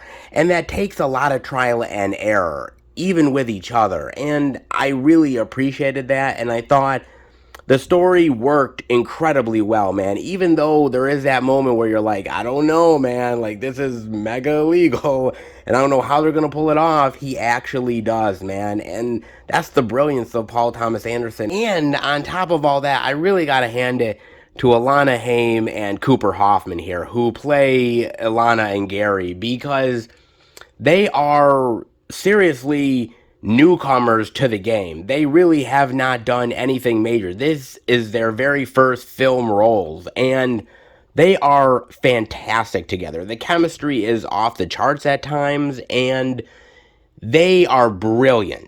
And really, it is the guiding hand of Paul Thomas Anderson that really makes it work, but they are phenomenal because look, as much as a director can really handle actors, and Paul Thomas Anderson can really do it, at the end of the day, it is down to those actors to pull it off. And these young stars do a really phenomenal job, especially Cooper Hoffman, who, by the way, he is the son of Philip Seymour Hoffman. Rest in peace, Philip Seymour Hoffman. And this kid, if anything from this movie alone, is going to be a huge star because he is a fantastic actor. And I hope he follows in his father's shoes because, man, he was brilliant in this movie, as was everybody. Sean Penn, Bradley Cooper. Bradley Cooper is awesome here. He is literally batshit insane, man, in this role that he's playing. He's so good here, man. He's really great. Benny Safdie, Tom Waits, man. Everybody puts in a really great performance, even if they're on screen for maybe 10, 15 minutes. They really shine in this film in a big bad way, man. And they do an amazing job. And it's really down to a really great story, really great, unique, and quirky characters, and a plot that seems kind of ridiculous and seems far-fetched, but you realize that halfway through the movie, you are in the hands of a very capable artist that knows what he's doing. Paul Thomas Anderson, man. If this movie was in a lesser director's hands, I don't think it would work half as well. I think it would stumble and it would fall, and the love story wouldn't be as nearly as convincing and kind of cheesy and half-hearted. But under Paul Thomas Anderson's leadership, under his direction, he really knows how to really make you care over time and really lets the relationship settle and lets you really take your time with these characters and really develop a trust and emotion with them that really carries to that really great final ending where you really care about what happens with them and care about this love story. Whether it ends up being good, bad, however it ends up falling for these characters, you really are investing in them getting together, and that's all due to Paul Thomas Anderson. And I gotta admit, for me, this movie is probably my second favorite Paul Thomas Anderson movie of all time. And that's saying something because he is a phenomenal, phenomenal director, man, that has done some amazing work. Yes, not everything that I love. I mean, I wasn't the biggest fan of Phantom Thread, Inherent Vice, didn't really do it for me. It was okay, but not wonderful. I mean, There Will Be Blood is absolutely amazing. Let's be real, man. That is fucking awesome. All right. That is absolutely brilliant. The Master is absolutely phenomenal. I love The Master, man. Joaquin Phoenix in that movie, dude, blew me away. And hey, Punch Drunk Love is one of the first times you really got to see Adam Sandler in a really great dramatic role. Pulled it off, was aces in it. But my number one favorite Paul Thomas Anderson movie has to be Boogie Nights. It honestly does, man. I still have a really great place in my heart. Special place for Boogie Nights, dude. It was one of those movies where I'm like, dude, this is like a straight up porno flick. How good is this fucking thing gonna be, man?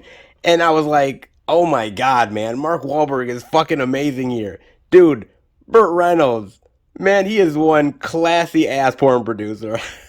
I was like, my god, man, this movie shouldn't be half as good as it is. But Paul Thomas Anderson knows how to really blend the comedic moments with the dramatic moments and tell a really engaging story about the porn industry. Dude, man, that movie blew me away, man. It's still really great to this day, man. And it still holds up. It's still absolutely entertaining and brilliant in so many ways. And it is my number one, man. But this has to be my number two. It really takes a lot of those great quirky moments from something like a Boogie Nights and really makes it into a really interesting and unique love story, which I really appreciated, man. I know other people will pick There Will Be Blood. I get it. It's great. All right. But for me, I think it's Paul Thomas Anderson's more lighter fare where he really mixes the comedy elements with the dramatic moments and really tells a very engaging story that really keeps you captivated. And this is definitely one of them, man. I mean, what's really even more interesting about this movie is the fact that this is based off of his real life. True story. Look this up, man. Him and his friends, he took a lot of inspiration from his own real life and hanging out with his friends back in the day in California, and he absolutely encountered a lot of very interesting people and celebrities, and some of the people that actors like Sean Penn are playing, Bradley Cooper, Tom Waits, are based on actual real life Hollywood actors and producers, etc. You name it. Seriously, this is a wild story, man. And the fact that most of it is true is even more weirder to me, but absolutely fascinating as shit, dude. It is a phenomenal journey of a movie. It's a movie that technically probably shouldn't work as well as it does, but because of his brilliance as a director, he really pulls it off, man, with newcomers as the leads, even a lot of great veteran actors really coming in for only 10 or 15 minutes, man. It's an engaging story with engaging characters and a story that I actually really cared about and a love story that I really grew to absolutely adore. You know, certain movies, man, really sneak under you and really surprise you in a great way. And Licorice Pizza is absolutely one of those movies. Man, this one was really pretty damn special. Not gonna lie, man. I really dug this movie in a big bad way. And now, it honestly makes me wanna actually have Licorice Pizza. I don't know if that's a good love affair or not. But, you know what? With Paul Thomas Anderson, I'm willing to give a lot of things a try. Even milkshakes. Sometimes, to truly get away from the bad guys, you need to be erased for good. But this guy? Where's Arnold? Because this guy ain't erasing shit. In Eraser Reborn. Oh my god. Oh, they really had to make an Eraser remake? A reboot? For Christ's sake, man. Hollywood really is running out of ideas, ain't they? Holy shit, they really are, man. Because I got a chance to watch this on Amazon Prime, and I'm going to be honest, man. I went into this movie not expecting a goddamn thing, alright? Because if you don't know, this is a reboot remake to the 1996 Arnold Schwarzenegger starring Eraser. Now, Look, when we talk about Arnold Schwarzenegger, let's be fair. Let's be honest here. There's a lot of really amazing, wonderful movies that we remember of his. Conan, Terminator, Predator, so many wonderful ones. Kindergarten Cop, The Running Man, Total Recall. Look, I can go on and on and on. Some end up lasting forever. People love them. They get name checked constantly. Others, unfortunately, don't have the same sort of name cachet, don't really get remembered as well as the other ones do. And Eraser kind of falls into that category. Eraser is not a bad movie, actually. In fact, it's actually a really kick ass movie, man. It ends up combining that sort of 80s machismo from back in the day with sort of 90s ish style technology, badassness. And I kind of like the mixture of them both. And it's really one of the last times that Arnold Schwarzenegger really got to be this really badass motherfucker that we remember him being from back in the day, dude. And I've always loved that movie. Him, Vanessa Williams, James Caan, so many wonderful actors in that piece, so many great action sequences, Arnold doing a lot of his own stunts, some really great gunplay, some really awesome kills, some great one-liners from Arnold. I mean, is awesome with the one-liners. He's kind of one of the kings of one-liners, to be fair. There's a moment in the first Eraser movie where he's like gunning down an alligator. He's like right there. The alligator's about to chomp on him. He shoots him. And then he's like, your luggage. Or like he'll be like, you're erased. And he does all those really great cheesy shit one-liners, dude. But he's so good at it, man. And it's actually a really badass, really awesome action flick that unfortunately doesn't really get remembered much anymore, but it really should because it really does deserve a revisit. It's really that damn good. However, this movie, yeah, not so much, man. This movie is literally the limp dick version of Eraser in every single fucking way, down to the leading man, dude. This guy, I know I've seen him in other stuff, but he's sort of a pretty face, pretty boy type of actor. And if you compare him to Arnold Schwarzenegger, dude, night and day, Arnold looks more badass. You know that this guy is capable of kicking anyone's ass at the drop of a hat. This dude looks like somebody needs to change his diaper before he goes and, has a juice box or some shit. I mean, seriously, I can't buy him as badass, man. I mean, they try. They go out of their way in the biggest, baddest way to try to show you how badass he is, man. But it just comes off as a wasted attempt. It really does. Wasted potential, in my opinion. Even the girl here, right? Because in the first movie, Vanessa Williams, she's part of this weapons manufacturer for the government, and basically she finds out that they're selling weapons, high-tech stuff to the black market, and she ends up getting found out, and she needs to be protected by Arnold's character, and then Arnold is basically trying to protect her, but his organization is being infiltrated as well, and they're gone corrupt, so he's got to protect her from everybody. Here, this woman is basically a crime boss's wife, and she's turning over state's evidence, and that's it. I mean, not that that isn't impressive in some way, shape, or form, but it's not as thrilling or as high-tech or as dangerous as that first movie. I mean, basically all she is here is to look hot and sexy and say a few lines and basically have a romance with this dude. That's it, man. That's all she's used for. She has some badass moments, but very few and far between. Nothing like Vanessa Williams. And even in that first movie, they never really went full on in with the relationship. Here, they really want to go for the romance aspect, and there's just literally no chemistry. You do not feel them having a chemistry at all, man. Hell, I buy Bella and Edward in Twilight more than I do these motherfuckers, man.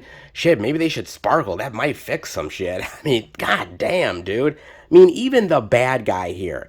I mean, it's just like in the first film where the bad guy is the mentor to the main dude, and he turns rogue. Yeah, we've seen it before. The first film did it. The problem is this guy, the bad guy here, yeah, that dude, he is so bad at trying to be intimidating. Dude, he's trying to be like, a gangsta, trying to be like, yeah, man, I'm one bad motherfucker. And you're like, dude, man, just sit your ass down and smoke a blunt, will ya? You son of a bitch, man. I mean, the first movie had James motherfucking Caan, dude, and even though he was older than Arnold, and obviously Arnold would easily kick that motherfucker's ass, he was cunning, he was deceitful, he was deceptive, he was really smart, and he played a really great foil to Arnold, man. And again, James Caan really played it in a great, brilliant, evil way. This guy just comes off as cheesy and ineffective and limp dick, man. And that's not even the worst of it, because the action sequences, oh my fucking god, the action sequences, man, they're so bad. I mean, all you're really getting here is shootouts. It's pretty basic, man. One group shoots at the other group shoots back, vice versa. Pow pow, and some quick close-ups, and some sort of, some really shoddy filmmaking where they're like, oh, if we shake the camera so much that everybody thinks it'll be exciting. No, it's not exciting. And there's some moments where there's some hand-to-hand combat, but again, it's choreographed so terribly, and it's edited so badly, you don't even know what the fuck is going on, man. They really shortchanged you in the action, and when you remember the first Eraser movie, the action is one of the things that leaves probably the greatest impression on you. I mean, literally, there is a moment in the first Eraser movie where Arnold Schwarzenegger snaps some dude's neck with a refrigerator. I mean, seriously, that actually fucking happened. I'm like, oh my god, dude. I mean, it's Arnold Schwarzenegger, I can kind of buy it, but damn, man. I mean, there's a moment at the Central Park Zoo where he has this big shootout fight scene, which is absolutely incredible. But the grand finale of it all, if you remember, on an airplane, he has this shootout with the bad guys, James Caan and everything. He throws a chair into the engine explodes. He ends up going out of the airplane, literally with a parachute.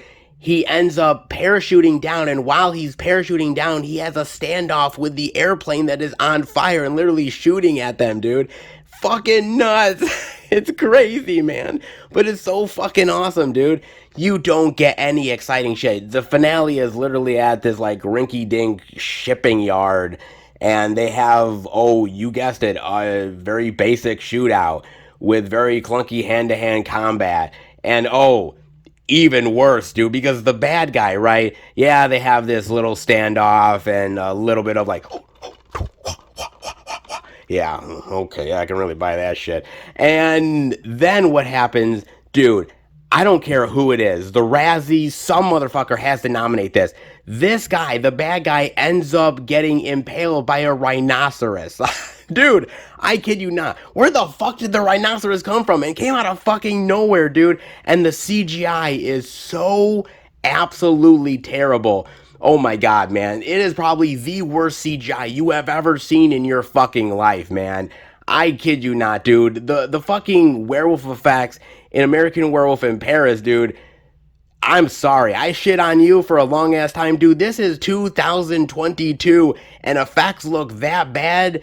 Dude, man, I apologize back from like 97 or 98, dude, because, man, if I were to have told you that in 2022 you'd get effects that were this bad, man, I don't think you would have believed that shit, dude. I would have never believed it, but man, it's the total truth, dude. The CGI is so fucking god-awful, man. This movie is a pale comparison to the original Eraser in every single fucking way. This is the most limp dick version that they could have ever done, man. And basically, in my opinion, the only reason that they even did this movie is because, well, we have the name Eraser, it's a property, maybe we can reboot it, make a little bit of money on the back end, and hey, if we sell enough copies, maybe we make a sequel, make a little bit more money, right? Yeah, nah, nobody, and I mean nobody should be watching this fucking action shitfest garbage of a film, man. Nobody should be fucking watching this, man. I mean, comparing this to the first Eraser, man, there's no way you can even do that, man. Anybody who tries, it would be a fucking joke. Seriously, it honestly is, man. This movie is an absolute fucking insult to action movies nowadays. And there are so many wonderful action movies out there. Movies like John Wick, Atomic Blonde, the Daniel Craig Bond films, the Bourne flicks, and so many more that have come out that have really set the standard and the bar of what action movies are supposed to be now. And Eraser Reborn just literally takes you back to, like, back in the day where action movies were fucking mundane, dude. God damn, man. I'm not saying that this movie set back action movies, but damn did it try. Son of a bitch, dude. This movie is a fucking insult in every goddamn way. The characters, the story, I mean, it's basically the same story in a lot of ways, but just done lesser and not nearly as effective or badass, man. Dude, if you want to study a movie, a how-to of how a reboot can literally suck ass to an original, dude, watch Eraser Reborn. It is literally that fucking bad and that fucking embarrassing, man. Damn, dude. I mean, literally, Arnold Schwarzenegger should wipe his ass with these slipcovers, dude, because honestly, that might actually make them more appealing than just the fucking movie itself. God, motherfucker, man. I hate these type of movies, dude. I hate reboots and remakes in general, and it's not like you can't really make a good one. You can. Some are really fantastic. But then there's a lot of shit fests like this that really just give remakes and reboots a bad name, man. This movie is a god-awful piece of shit, man, and every single motherfucking copy should literally be thrown in the goddamn trash and literally ripped to fucking shreds, man. God damn it, dude, I hate this fucking piece of shit. Damn it, I really do, man. This movie, oh man, it really pissed me off, dude. It is an actual embarrassment in every single fucking way, and it should apologize. Every single fucking actor in this piece, producer, screenwriter, director needs to apologize to Arnold Schwarzenegger and Chuck Russell, who made a phenomenal action movie. Maybe it's not as remembered as it should be, but you go back and it is fucking kick-ass, and this movie is a fucking disappointment, a fucking embarrassment, and it needs to be thrown in the goddamn fucking trash, man. God damn, man. Movies like this should never, and I mean never, fucking exist. Oh, it just gets under my skin, man. Oh, it really does. Sorry, man. I'm passionate about this shit. I get heated at times, and Eraser Reborn is one of those movies that, dude, just should never, ever see the light of day for anybody, ever, at any time, dude. Seriously. I mean, all things considered, hey, it ain't a half bad week. The good, the bad, the ugly, the downright disappointing, oh man, the shit fest. Hey, it's the second Walmart. They at least deliver the goods. Can't say it's good, but at least they deliver it. Right? Serial killers and self-help is like me going to an AA meeting for ice cream addicts. Eventually, you're just gonna say fuck it. A romance is like a fine pizza. You need a little bit of licorice to sweeten the deal. And you know what? If I was Arnold Schwarzenegger, I'd erase this fucking movie. Oh man, would I? Oh boy, the Walmart weirdness is back. In a big bad way? I don't know about that, but it's back, guys. Oh, it is indeed, man. With a little bit of romance, a little bit of extra bloody serial killer love, and terrible remakes and reboots. Hey, they all can't be winners, can they? Indeed they can't. Even though I'd like them to be. Safety is definitely not guaranteed with the second Walmart. That's for damn sure, guys. Oh, baby, indeed it isn't.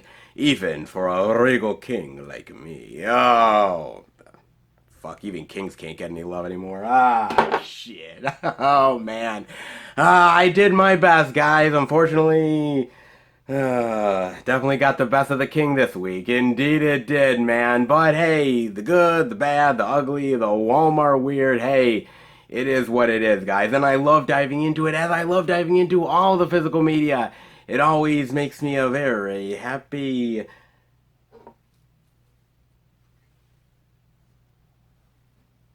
Physical media king? I do like the sound of that. Indeed I do, man. I definitely love wearing the crown. I do so damn much, man. But I suppose all of the weird indie love is out of the way now. Damn shame, because I was just getting started. But we'll save more for next time, I hope. But there is more physical media love out there. Where are we going exactly? Well, now that Best Buy is not around, it is definitely a surprise indeed. Strap in, because it's going to be a wild ride, baby. All right, everybody. We are at our fourth and final location. And actually, look at that, man. The weather has broke.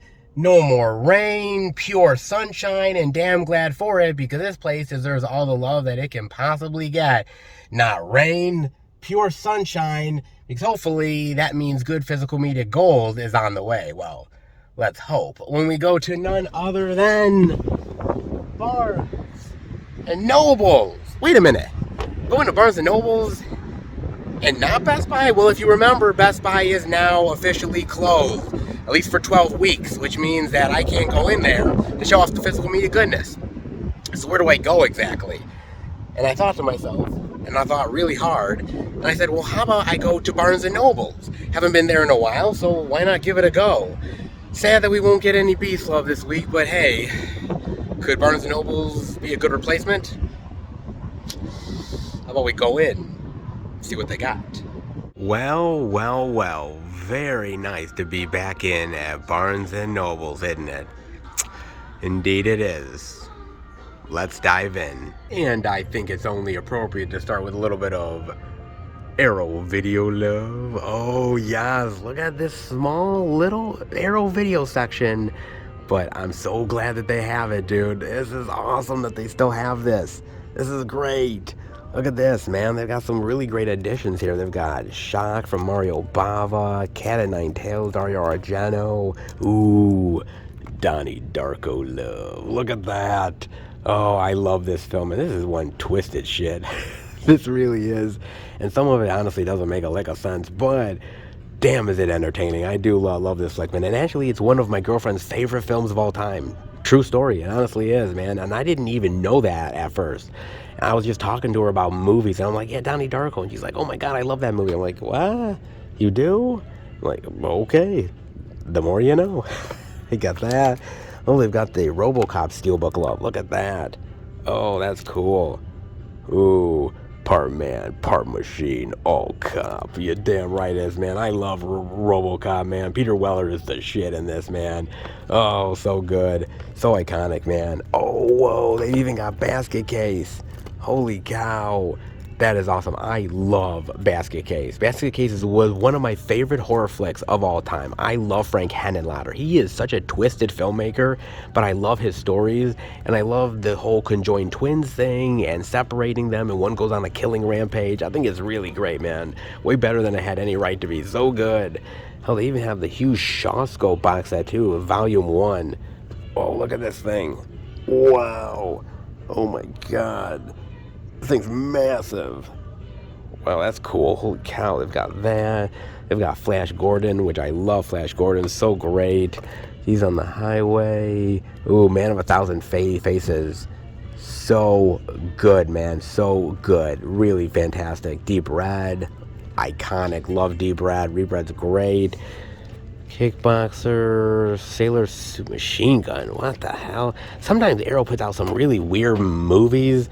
Ones where you're like, what? But the weird movies, to be fair, deserve just as much love as the high-profile ones. So I never heard of these ones, but that was kind of look cool, especially the artwork. The artwork's really great. The Last Starfighter, which I love The Last Starfighter, man. Cheesy 80s sci-fi gold, man. So good. I love The Last Starfighter. That's great. Oh, The Hills Have Eyes. The old school Wes Craven one. Which, honestly, I'm going to be honest with you. I do like this movie, but I actually like the remake better. And I know you guys are going to kill me. You guys are literally going to beat the shit out of me. But I actually think the remake is better. I think they were able to do a little bit more with the cannibals and the family. I was engaged more with the story. I mean, it's not as iconic. I mean, Michael Berryman is terrifying as hell in this flick, but it is really, really, really good, man. Just not as good as I was hoping. I love Wes Craven, though. I mean, entertaining, yes. Not all of his films work, but man, he was one hell of a director that really, really defined cinema in a big bad way, man. And whether I really like it or not, you got to admit The Hills Have Eyes was one of them. It really honestly was.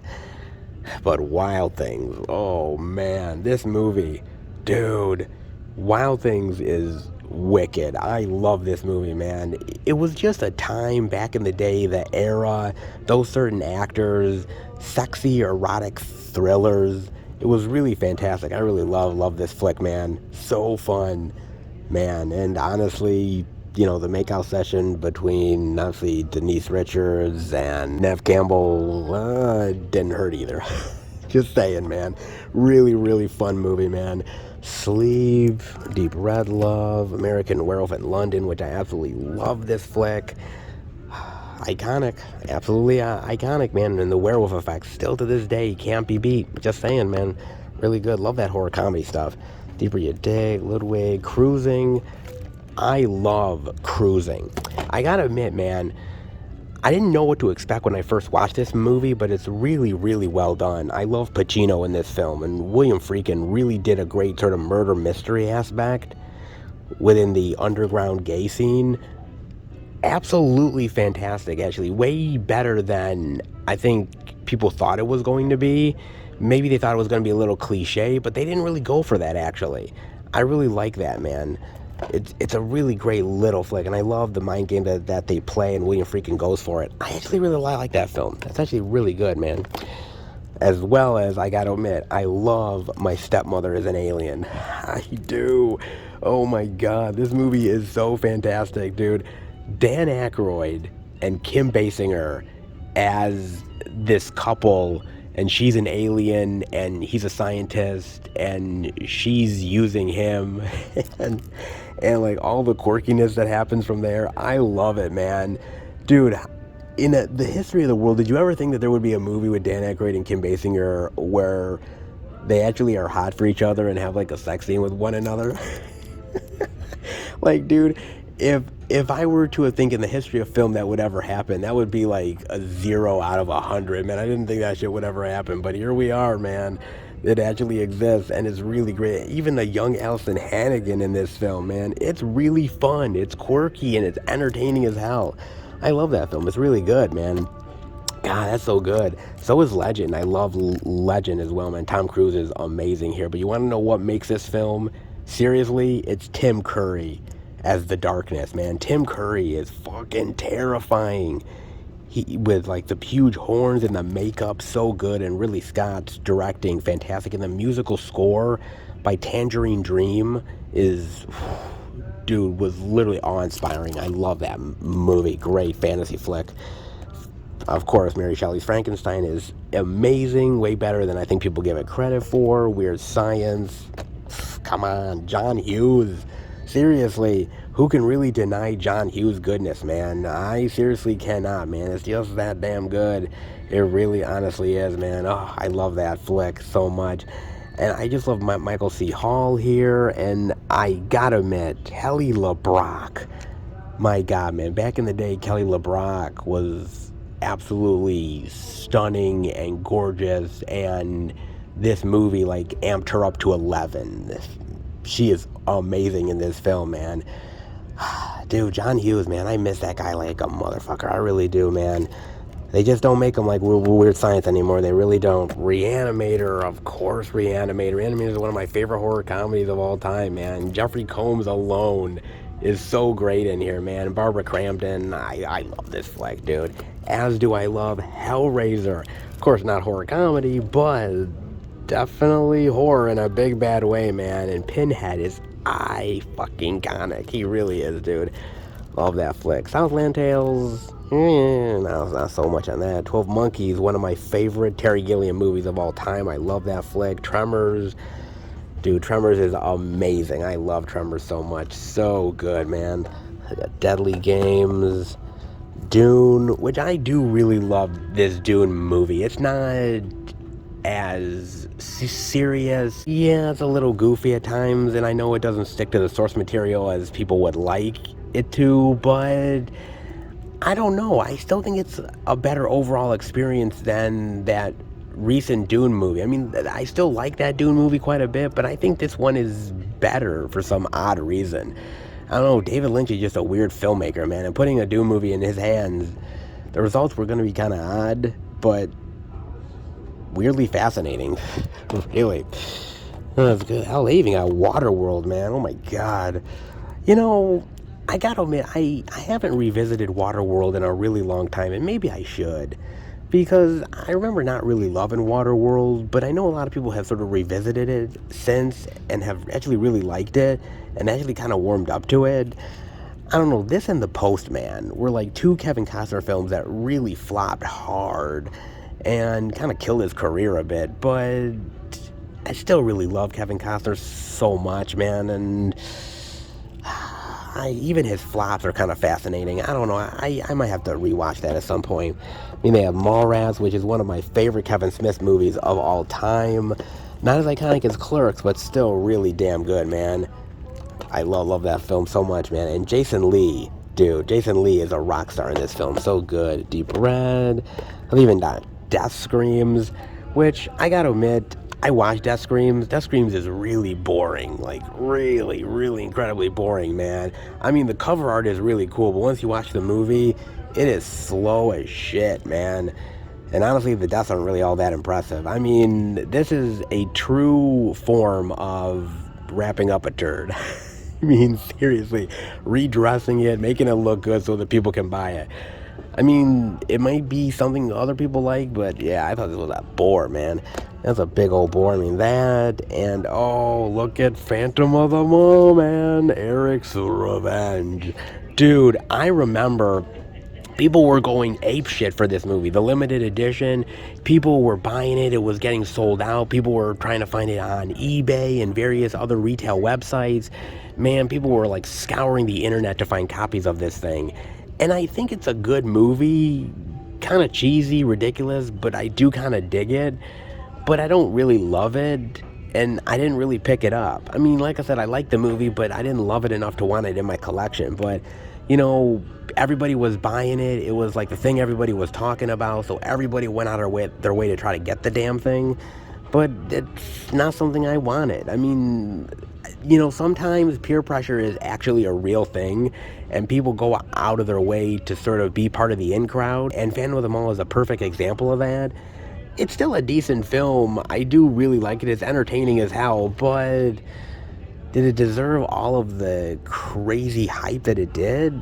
I'm not so sure. But then again, the fact that it even got a great physical media release, that is really cool. Because honestly, sometimes we go our whole lives with movies that we really like that never get this type of treatment. So the fact that it did, I guess I can kind of see why it got all the crazed fan love that it did. I can kind of see it. Not entirely my thing, but I'm glad people who got it definitely have it, and hopefully they appreciate it. Put it that way, man. Not bad. I mean, hell, they even got Elvira, Mistress of the Dark Goodness as well. Really great. I mean, they got some really great stuff here, man. Some really wonderful Arrow goodness. Limited edition Arrow love, man. Not half bad. Some really great things indeed. But honestly, I'm open for more physical media goodness as well. So what do you say we dive into a little bit more movie love, shall we? Oh, indeed, I think we should. And they've got a lot of variety of stuff, man. Hell, they've even got Maude, the complete series. Dude, my mother used to love Maude, man. She used to talk about that show constantly. She loved this show. It's like, B. Arthur was so good in Maude. And I'm like, Ma, well, people know her from, like, the Golden Girls. And she's like, forget about that Maude, man. To be fair, my mother did really love the Golden Girls too, but she really loved Maude, man. Oh, it's great. Sanford and Sons, which is awesome. Hell, they've even got a Woody Allen box set. Interesting, Woody Allen collection. Both over Broadway, Mighty Aphrodite, Everyone Says I Love You, Celebrity, Small Time Crooks, Curse of the Jade Scorpion, Hollywood Ending, and anything else. Interesting selection. 1994 to 2003. Man.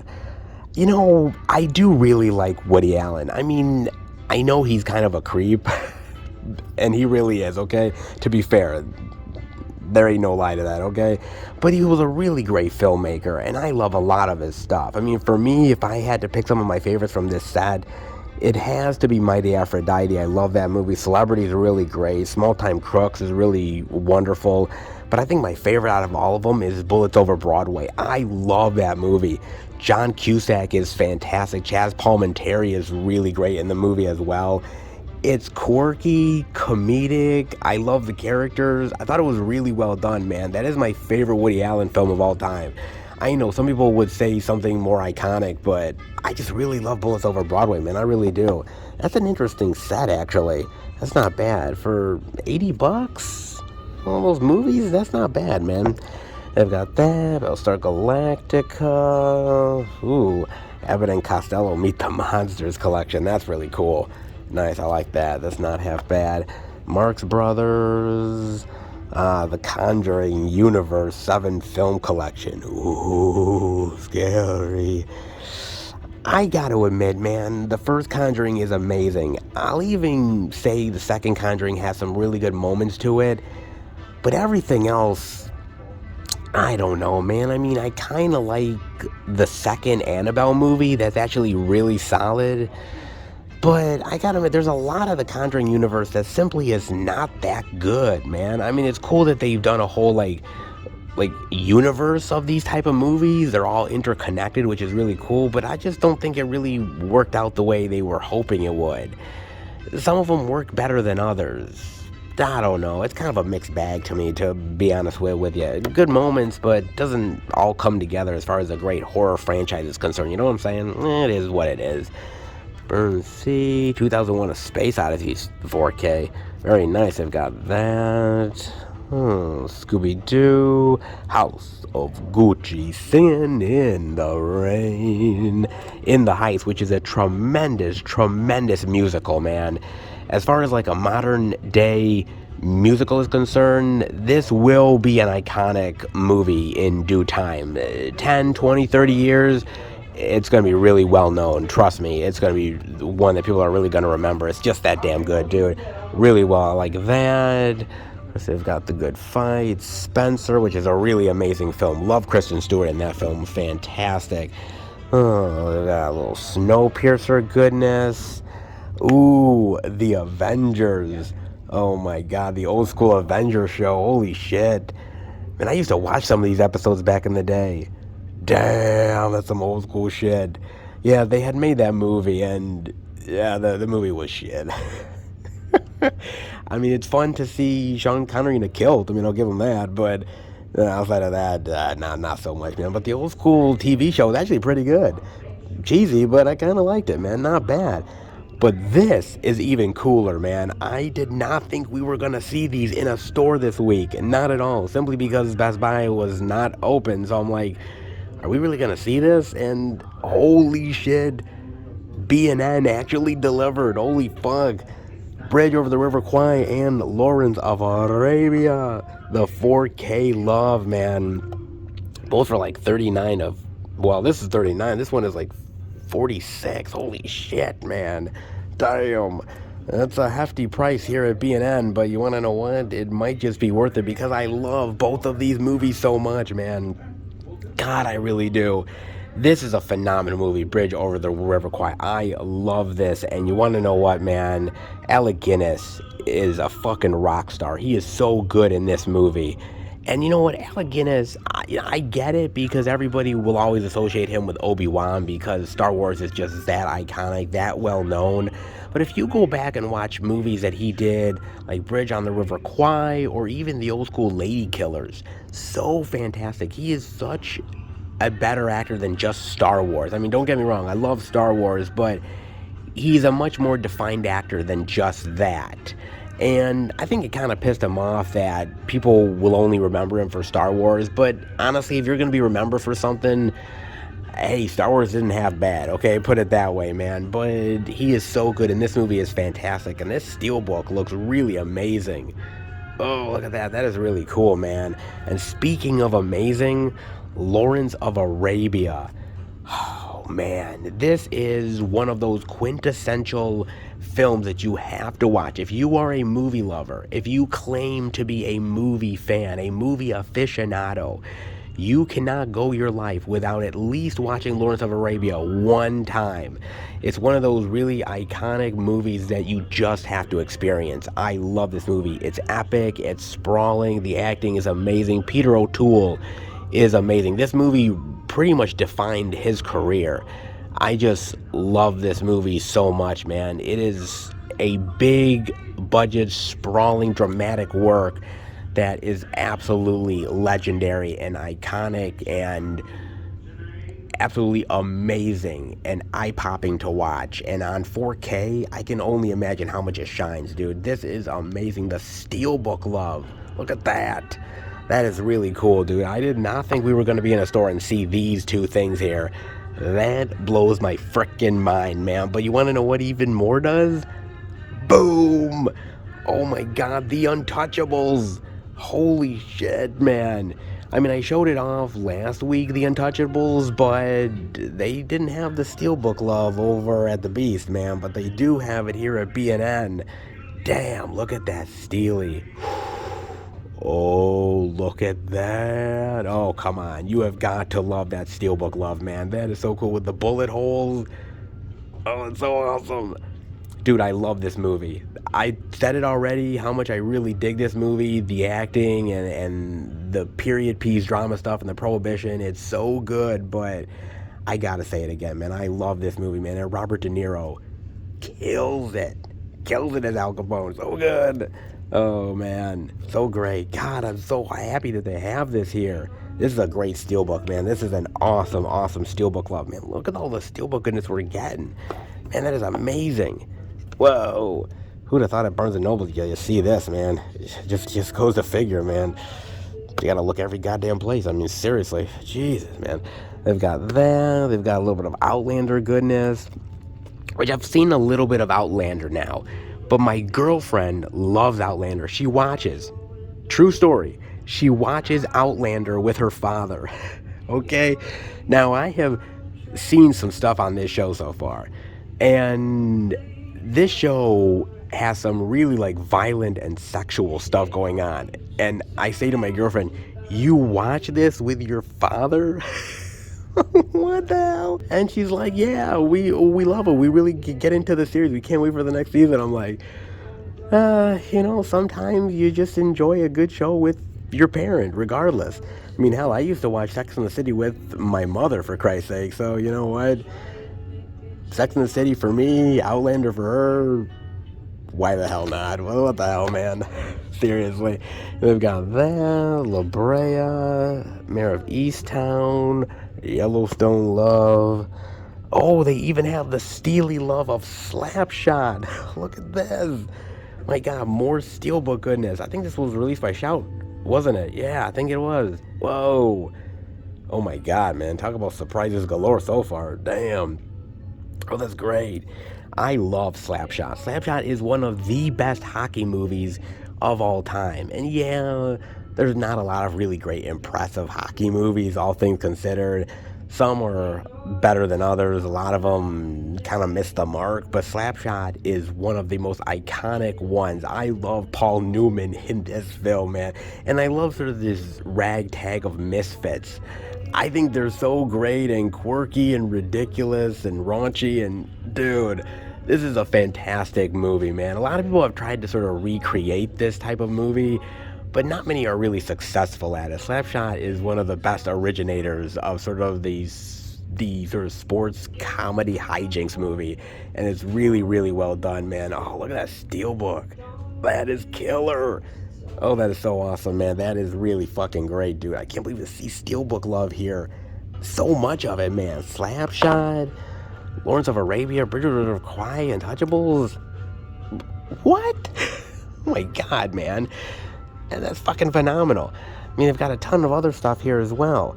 Got Corpse Bride, Live, Die, and Repeat, Geostorm, Goodfellas, Rest in Peace, Ray Liotta. He will sincerely be missed. This is, of course, his most iconic role, but he is absolutely a phenomenal actor, which died way too soon, way before his time. he will truly forever be a good fella in my eyes. He really honestly will, man. Amazing. Gremlins the New Bad, Game Night, Goonies. Wow, Batteries Not Included, which is a really great movie. The Bodyguard, love that flick. Friday, the original Friday is the tits. It is an awesome movie. I love Friday. The rest of the sequels, I wasn't a huge fan of them, but the original is freaking amazing. I love that flick. Funny as hell, man. Jupiter Ascending, Kindergarten Cop, classic Arnold.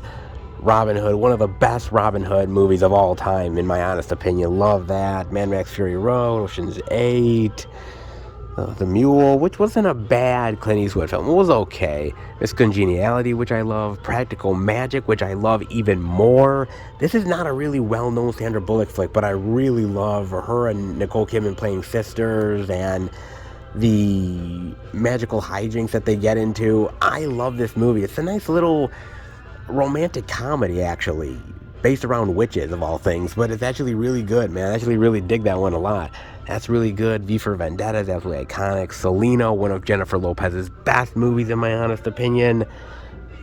You've Got Mail, which is one of my favorite romantic comedies of all time. I love You've Got Mail. It is literally absolutely just heartwarming and heartfelt, and it's incredibly entertaining, and I love the chemistry between Hanks and Ryan. One of my favorite romantic comedies of all time. Seriously, love that movie. And Three Amigos is awesome as well. Wow, that is crazy. Look at all the awesome stuff that they have so far. Man, who'd have thunk? From one movie section over to another. My God, man. This is like a paradise for me, seriously. Oh, wow, man. And they've got a lot of great stuff over in this area. I mean, of course, come on. Back to the Future, absolutely amazing. Beetlejuice love. What am I talking about? Steelbook Beetlejuice love. Oh, that's awesome. And they got that. Lebowski. Great. Oh, Bad News Bears, which is awesome. I love that. Best in Show. I love this movie, man. This is some weird shit, but I love it, dude. Oh, man. Just awesome. I love Eugene Levy in here, man, with his big buck teeth. Blues Brothers, absolutely iconic. The Birdcage is funny as hell. One of my favorite Robin Williams performances as well. I mean, Robin Williams makes it great, but I think Nathan Lane makes it iconic, dude. He is off the charts funny as hell in that movie. So good. Love that. Bridget Jones's Diary. Interesting. I got that. American Graffiti. This is, okay, I love American Graffiti. It's my favorite George Lucas film. And I know you guys are going to like rip me a new asshole. You're like, wait a minute, it's not Star Wars? I said, no, I love Star Wars. Don't get me wrong. Star Wars is absolutely amazing. It's iconic. But American Graffiti is my favorite of all time. I love this movie, man. I really do. It's the characters. It's the era. And you can really tell that George Lucas is very passionate about this because it's a lifestyle that he grew up in and that era, and he really loves it. You can really tell that he really has a passion for that era, man. And, man, it really is something that I think George Lucas really put his heart and soul into, and you can really tell, man. I love this movie so much, man. And so many great actors in here. Harrison Ford, Ron Howard, Richard Dreyfuss, Cindy Williams, Mackenzie Phillips, Suzanne Summers. Man, the cast is fucking awesome in this movie. Great flick, dude. As is Arthur, the original Arthur, not that Russell Brand remake bullshit. This is a really great movie. Dudley Moore is awesome in this flick. Sort of this rich man-child that learns to grow up. I do dig it. I think you couldn't make that movie nowadays. I think you could only make it back in the day, and it would kind of be somewhat iconic and somewhat work because of the performances of Dudley Moore. It could come off as kind of selfish and kind of like, oh, okay, this rich person showing off all their money, and you kind of don't feel for the character. But there's somehow with this movie, the directing and the music and the acting that just kind of pull it off, and I just love it, and I think it's really good, man. I really dig this movie. Even Arthur 2 actually is really good, by the way. It's not bad. Addams Family, which is awesome. Ace Ventura, come on, iconic. Airplane, 9 to 5. 9 to 5 is one of my favorite movies, and actually it's one of my mother's too. She loves this movie, man. I think it's just Lily Tomlin and Jane Fonda and Dolly Parton, the team up of those people together, which seemed like an odd pairing, but it actually works out to a comedic benefit, which is really entertaining, man. And Dabney Coleman, I love Dabney Coleman in this movie, man, playing this prick of a boss that they end up getting their revenge on. I love that shit, man, so good. It really is fantastic, man. I love that flick. And if I gotta say how much I love Dolly Parton in this movie, I gotta say how much I love her in The Best Little Whorehouse in Texas. Oh, so good. This is a fantastic movie, man. I love her in there. Burt Reynolds is equally as great in this flick, too, man. This is a really good one, man. I love that. Beavis and Butthead is really cool, too. Cry Baby. A really great, underrated Johnny Depp flick, man. Johnny Depp is fantastic in here. I'm a big fan of John Waters. I can't say that John Waters is great in every movie he's directed, but I have to say, though, that I think this one is really, really well done. I love the musical dance sequences in here. I think Johnny Depp has charm for days on end with this flick. And Johnny Depp can pull off a lot of shit, man. If he can pull off a funky-looking pirate in a big action-adventure flick, hell, he can pull off Cry Baby, okay? If you have never experienced this, man, you got to. It's so damn good, man. Clueless is really fantastic. Of course, I love that. Captain Ron. Dude. Kurt Russell and Martin Short are great.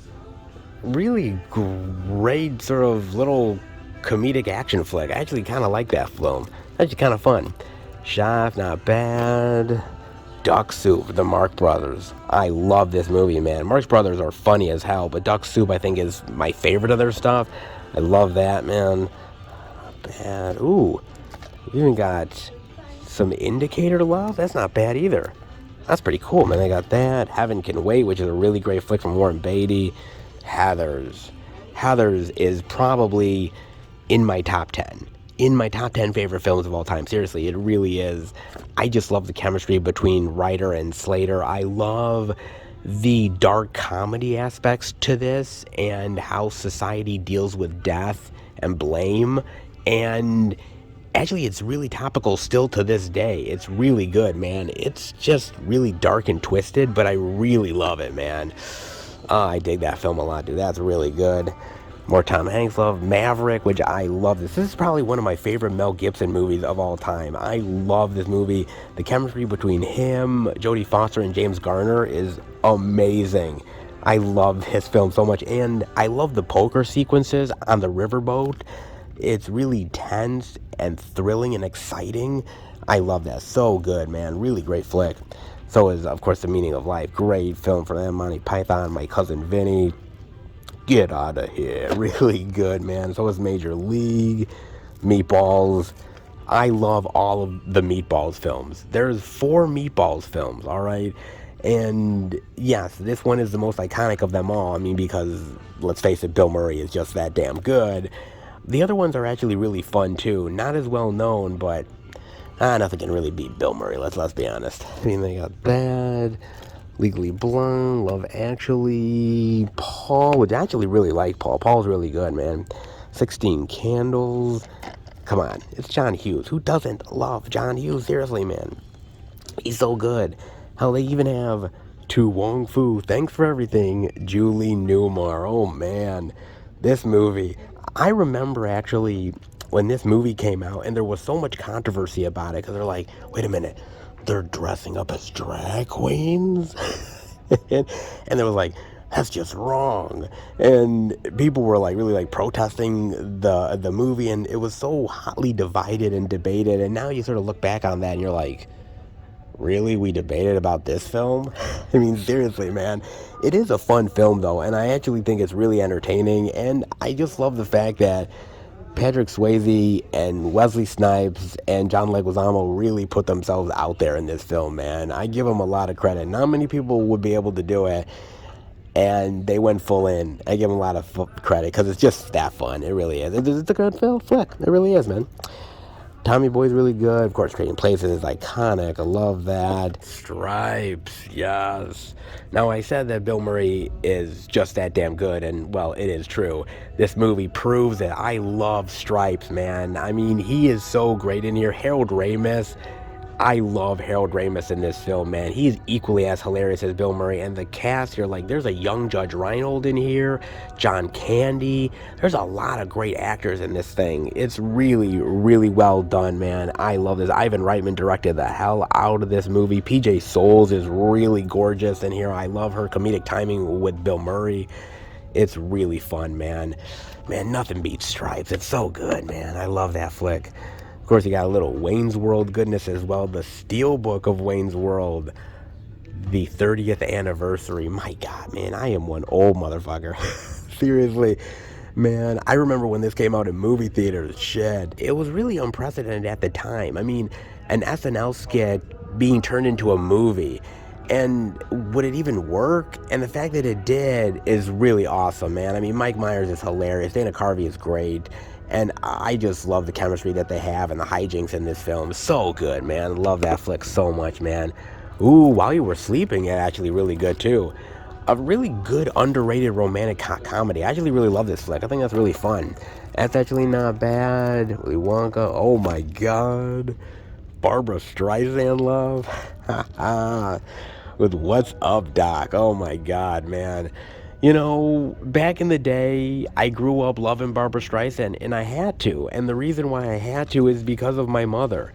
I mean, let's face it, my mother's Jewish, and every Jewish woman is already predetermined to love Barbara Streisand, okay? It's just in their DNA, all right?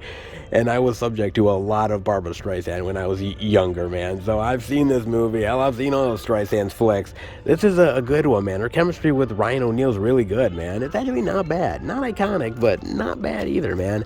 Pretty good. I mean, What Women Want is another really fantastic romantic comedy. I love the chemistry between Helen Hunt and Gibson. I love that flick. Really good. Wolf of Wall Street.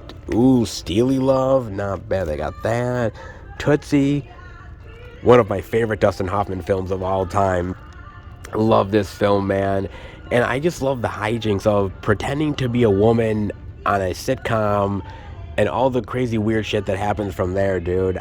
I think it's fucking fun as hell. I mean, mind you, I don't know if you could pull this movie off today. I don't think you could, man. I think it would be kind of controversial. But back in the day, it was kind of fun. I remember showing it to my girlfriend, and my girlfriend really liked it. You know, obviously, she's looking at it through a different lens than I do, but I think she really appreciated it for what it was for back in the day.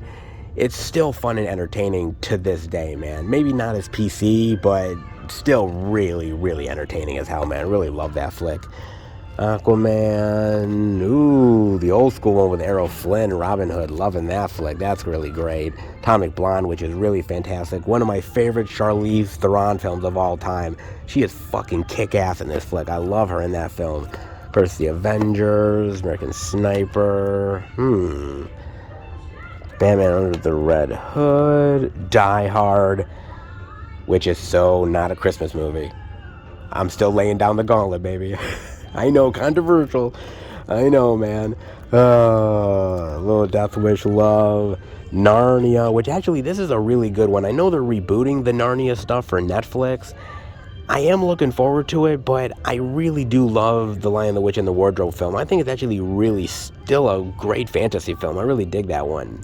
And the other Narnia ones weren't bad either, actually. They're really fun. They didn't make as much money, and that's why they ultimately stopped doing them, but they actually are really fun, though, and very, very adventurous. I do like those flicks. Not bad. Constantine, which I'm actually so happy that this movie got more love over the years, because I remember when this film came out, didn't make a lot of money, and I always loved it, and I felt like this movie was ahead of its time. And I think if it were to come out now, people would really appreciate it more. But I'm glad that it's gotten a lot more love now than it did back then, because it absolutely deserves it. Keanu Reeves is a really great John Constantine, man. Really awesome. I love that flick. No. Oh my God. They're both bad. Oh man. The Fugitive, though, is really great. It was the winner, man. Oh, man, it really was. Oh, it's so good. I love this flick, man. Tommy Lee Jones hunting down Harrison Ford. That is so great. I love that film, man. So fun.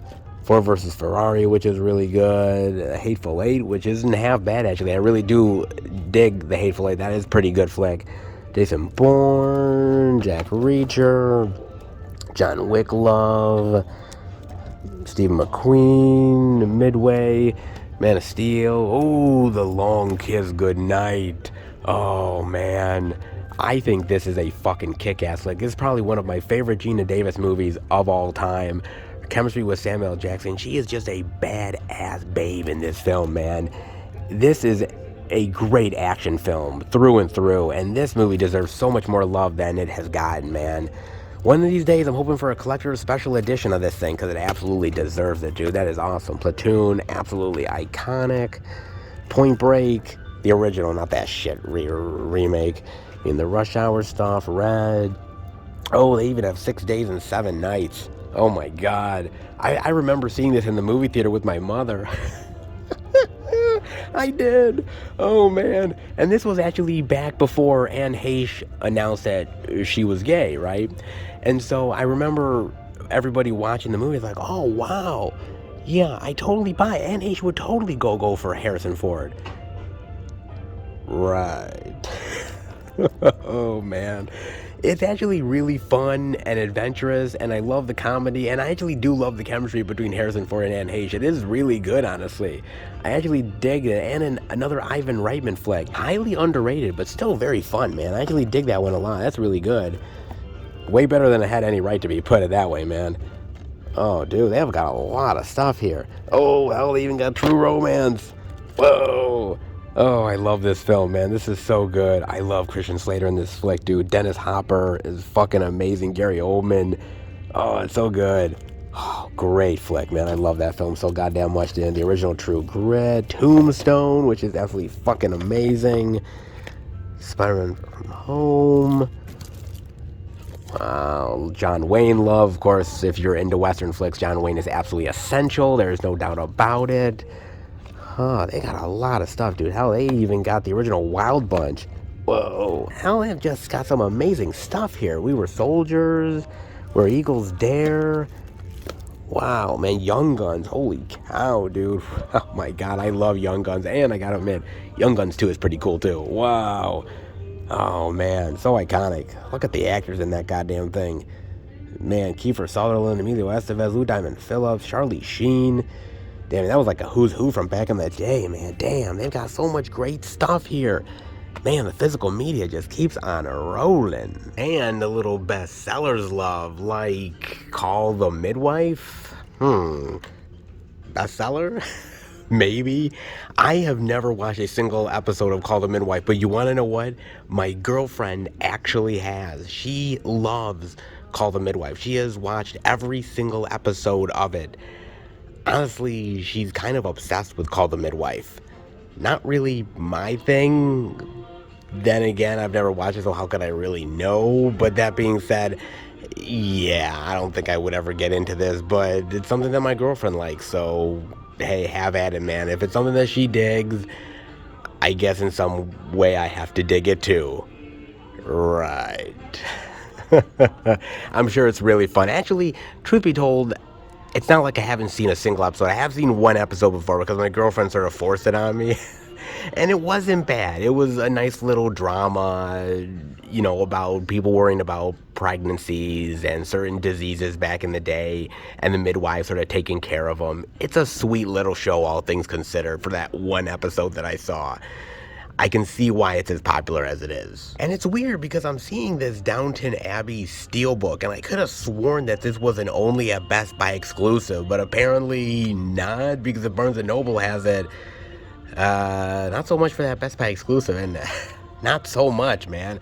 I mean, 30% off with a discount, but yeah, it is a steep price, though. And only 30%. Honestly, nowadays 30% doesn't get you jack shit. Just saying, man. But it is really, really nice to see this here, man. I mean, I thought I'd only be seeing it at Best Buy, but every now and again, and it's actually happened over at Target too, you'll see Best Buy steelbooks at other retailers. I don't know whether it's like after a certain period of time, other retailers can sell them or the exclusivity runs out. I'm not quite sure, but what I do know is that if you were looking for it and couldn't find it at Best Buy, try Barnes & Nobles. You might get lucky. Just saying, you might indeed, man. That's pretty cool to see. And of course, they've got all of the usual suspects: Matrix Resurrections, Mortal Kombat, Blacklight, the 355, GVK, Joker. In fact, I actually saw that they're doing another Joker movie. Yeah, they're actually tempting fate, man. I don't know. I mean, I'm kind of excited, all things considered, because it's cool to see Joaquin coming back to the role, Todd Phillips coming back to direct, obviously writing the script. I mean, all the recipe is there for another successful run as the Joker, but dude, this movie is phenomenal. And literally, when people went into this film, it wasn't like there was a lot of expectations for it, and it really outshined in a big bad way. Now, going into a sequel, there's all these expectations. People are expecting this really great masterpiece. I don't know if they're going to be able to deliver, man. I mean, sometimes you're able to, but that's very few and far between. Can Joaquin pull off another run as the Joker? I wouldn't bet against him, but it's going to be tough. Of course, we got a little Batman love, Dune, WW84, No Time to Die, Fantastic Beasts, F9, which I can never get away from. Of course not. I mean, we even got some Bond love over here as well. Not half bad over here so far. Some pretty decent stuff, dare I say. And of course, more physical media to check out. I mean, seriously, did you expect anything less? Come on, man. I mean, they have a whole section of Doctor Who love over here. I mean, damn, dude, if you are a Doctor Who fan, this is the place to go. Look at this. My God, man, they are like busting at the seams with Doctor Who goodness here. I only wish I was a huge fan of the series. I'm really not. I mean, I don't hate it, but it was never something that I got into. I got into Star Trek, I got into Star Wars, I got into Stargate SG-1 and Farscape and a lot of those fantasy series, but I never really got much into Doctor Who. It's not that it's bad, it's just that it didn't really appeal to me like it appealed to other people, you know what I'm saying? But I gotta admit though, people who love Doctor Who, and I'm serious, man, people who really love this, they are dedicated. I mean, to the max. They really are, man. This is their jam in a big bad way, and I can't quite say I blame them, man. I mean, it's some good stuff. It really honestly is. If you're into it, then it's something that you really, really dig. Now, mind you, not every Doctor is your favorite. Sometimes you have more favorites. Sometimes you have lesser favorites. I know, there's a whole bag of mixed emotions with fans. It really is, man. Some people love the female Doctor. Some people hate him. Some people really dug Matt Smith. Some people absolutely love David Tennant. Some people were a little iffy on Peter Capaldi. It's such a back and forth thing, man. I mean, you have your favorites, you have your ones that you really love and cherish, and there's other ones that you go, boy, let me tell you something. With every fan base, there's always times where you love it, there's always times where you hate it, but you always stick around because you're always going to be a fan for life, you know what I'm saying? And you gotta dig that. You definitely do, man. I mean, on top of all the Doctor Who love, we also have Titan, which is a really weird place to put this. Like, among all the Doctor Who stuff, you have a story about a woman having sex with a car and having a baby. Sure, why the fuck not?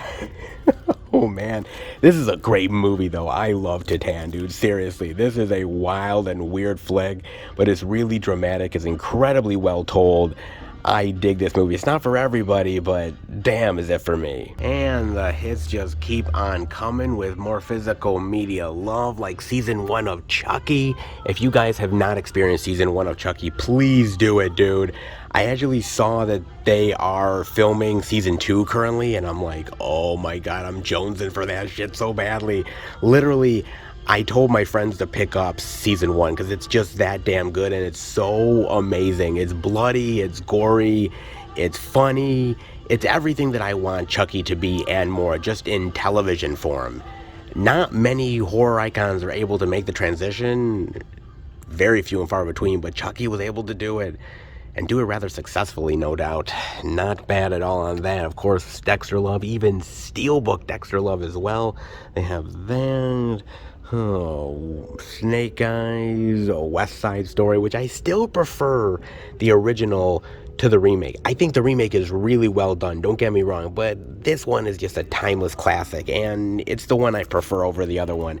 It's still got flaws to it, and it's not perfect, but I don't know, I'll always prefer the original over the remake. Sometimes it's the opposite, but this time I do really love the original. Really, really do, man. Not half bad on that. Of course, Spider-Man No Way Home, Love Turning Red, Moonfall, Death on the Nile, The Northman. Yes, they do have the Blu-ray DVD digital here. However, it is rather pricey, man, for $35. But again, 30% off. Especially if you have a Barnes & Noble membership, that might be worth it too. I think there was, like an extra 10 or 20% off, something like that, possibly. Again, I really love this movie, man. It is brutal. It is really dramatic. I love how he told the story.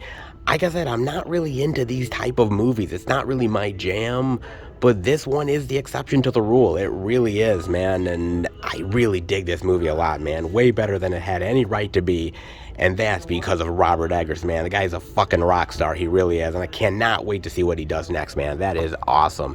That's a great flick. Last Night in Soho, that's another really great flick, man. Very, very underrated in my opinion. I mean, Edgar Wright's a great director, but he's more known for the sort of quirky, humorous type of movies, not really something that is more like a giallo than anything else.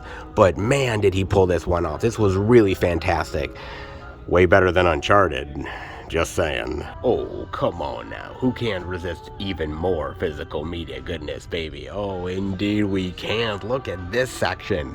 This is pretty damn cool, man. They got some really great titles over here.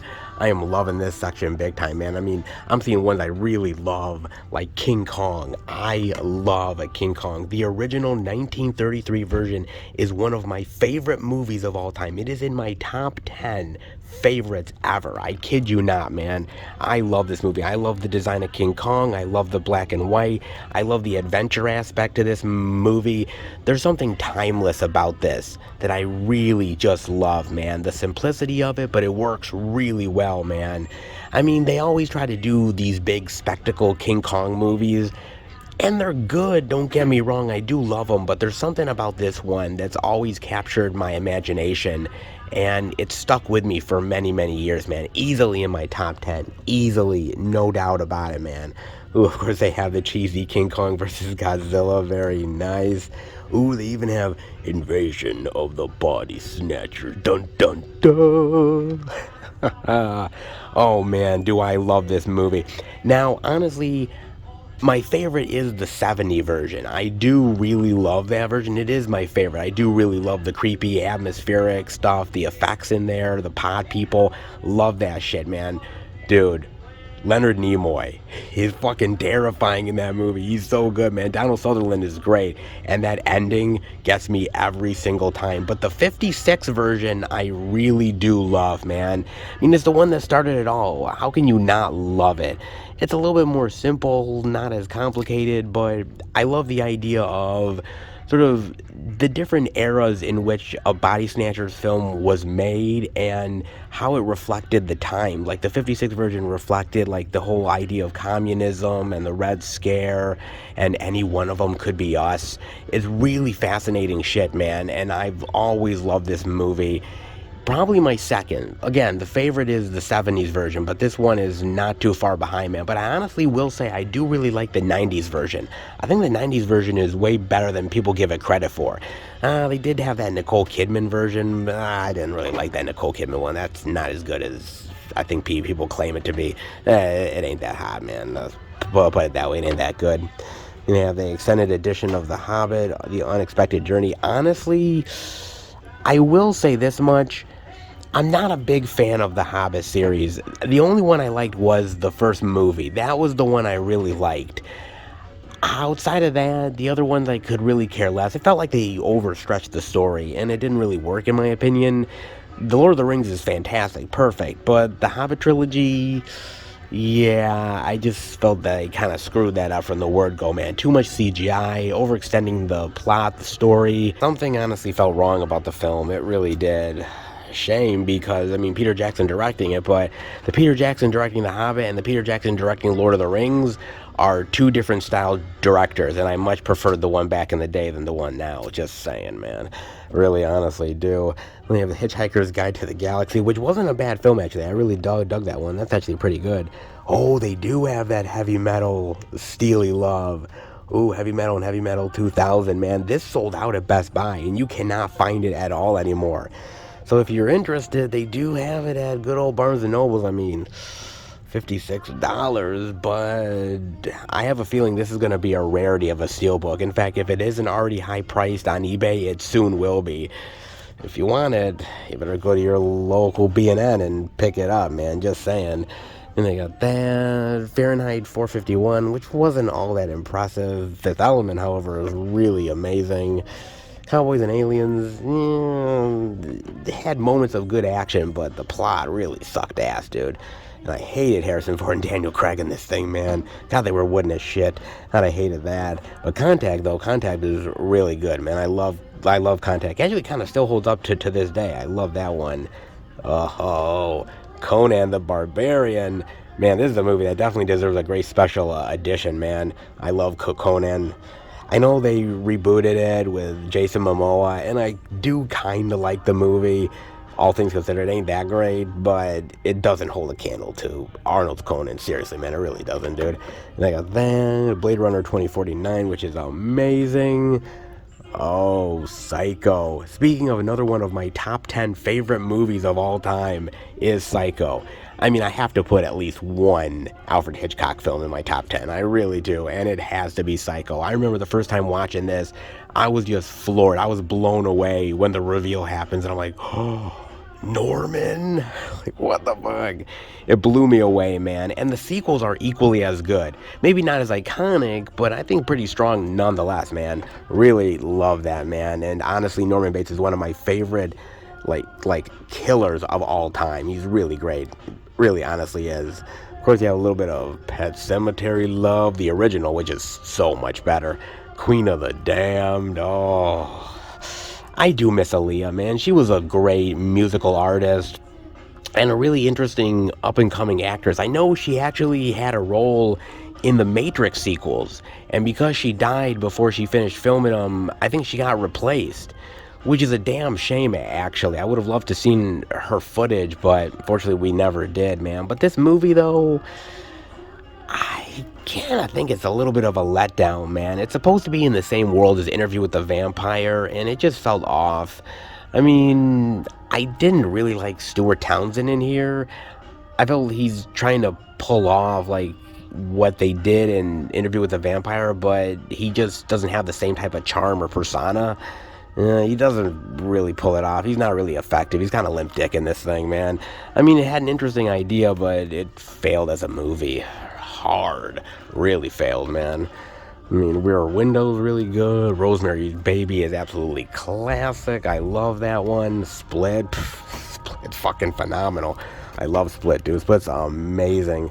Love that. Shutter Island, classic. Hey, they even have the Silence of the Lambs 4K from Kino Lorber. Mind you, without the slip, but, you know, if you don't mind without the slip, they do have that.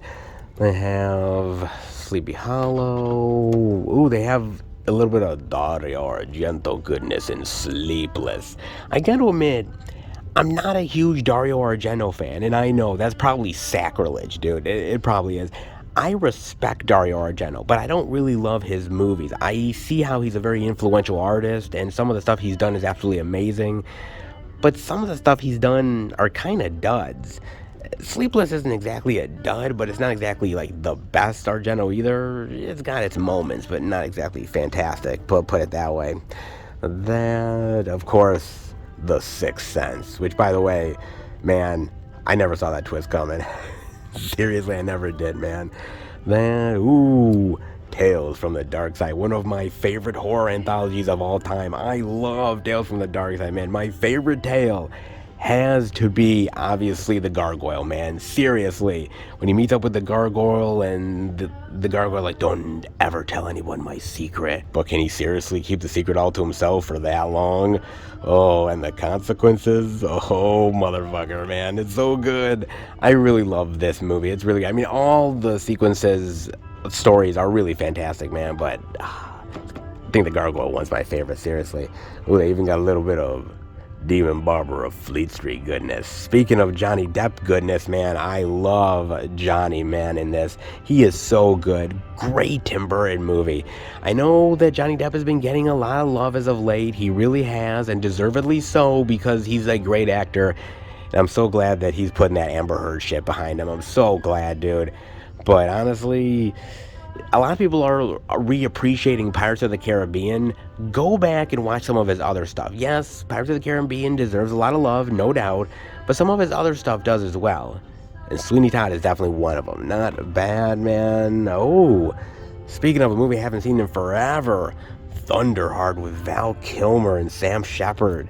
This is a good movie. I love this one. Basically, Val Kilmer plays this hotshot agent that is trying to solve a murder on an Indian reservation, and it's really impactful, very dramatic. I love Val in this. Unfortunately, it bombed at the box office. Nobody really remembers it, and it's not really something that people like think of when they think of Val Kilmer, but dude, really solid. Love that. Of course, I show a little love to them too. Old school, like, you know, killer insects. Oh man, people were actually afraid of this shit back in the day. I can see why, but it's just kind of goofy and fun to me now. That, The Thing, which I absolutely love. That, which can go fuck off. It's always the Carpenter version, not the ripoff. Nah, not even close, man. Speaking of goodness, we got Under the Skin. Oh man, dude, I love this movie, Under the Skin, so much, man. Now, you know why this movie is infamous, right? I mean, it's kind of obvious. You know, the whole Scarlett Johansson getting naked thing. Yeah. If you know, you know. Oh, Lord. This is like the one thing people watch because of that, man. They're like, okay, I gotta watch this because, well, you know. And it's actually really better than just Scarlett Johansson getting naked thing. I mean, trust me, she is an absolutely incredibly beautiful, gorgeous woman, and it's nice to see that, don't get me wrong, but there is more to her than just that. She does a great job in this role. I love her playing this alien that seduces men, and there's so much going on in this film. It's really absolutely fantastic. I mean, yes, people went to it for one thing, but I hopefully think they got more out of it than just that. Let's hope, man. It is a really good movie. Not exactly the most high-profile Scarlett Johansson flick, but pretty damn good regardless. I like that. More Hitchcock love with Vertigo. Ooh, Wait Until Dark. I love this movie. This is a really underappreciated film, man. Audrey Hepburn, Alan Arkin.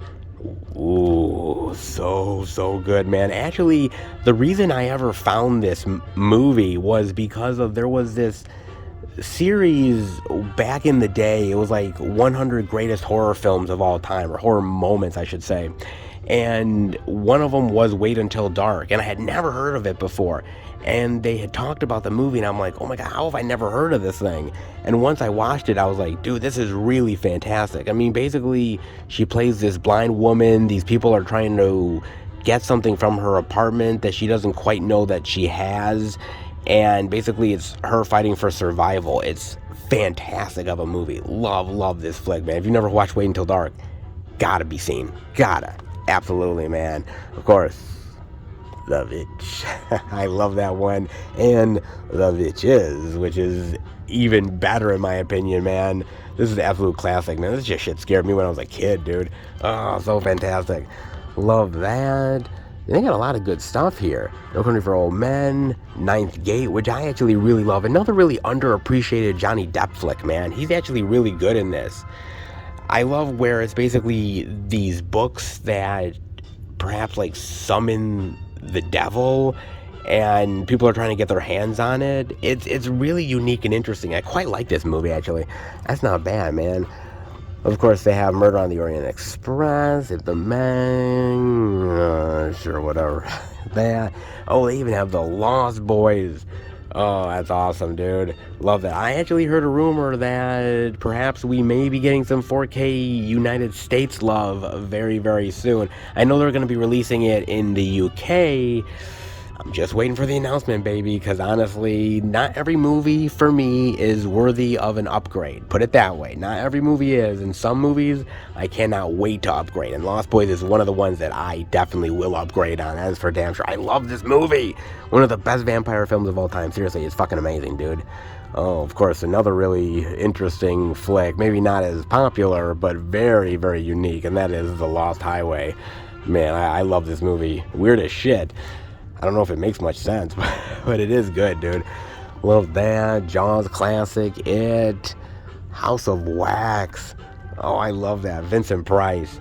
Most people know the remake, which, by the way, the remake isn't bad, actually. I actually kind of like the remake, all things considered. But the original is never going to be beat. I love Vincent Price in this. So good. I love that flick. That's great. Hell, they even got some unknown slasher love with He Knows That You're Alone. Every girl is frightened the night before her wedding. Oh, indeed they are. And this time, I think she deserves to be frightened. Very, very frightened. It is really good. I actually like this flick. Very unknown. Not many people know about it. Kind of forgotten, actually. But it got released by Scream Factory.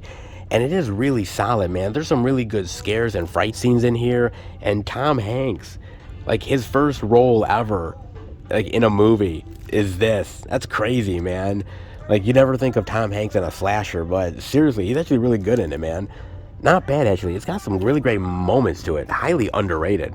Really good. Oh, The Haunting, of course, absolutely amazing. Classic. Of course, they did that remake, the Jan de Bont one, which, back in the day, I absolutely hated, but I've kind of grown to like it a little bit. It's nowhere near the original. And what's great about the original is it doesn't have to do flashy CGI or big special effects. It's basically your imagination is what really takes you far with this.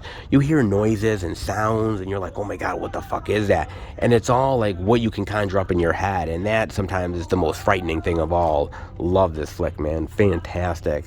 They've got some great stuff. Grudge, The Gremlins, American Werewolf in London, classic. The Birds, Cabin in the Woods, Cape Fear. Oh, the original Cape Fear. Now, actually, I love both. I love this one, and I love the Robert De Niro one. I think the Robert De Niro one is really wicked.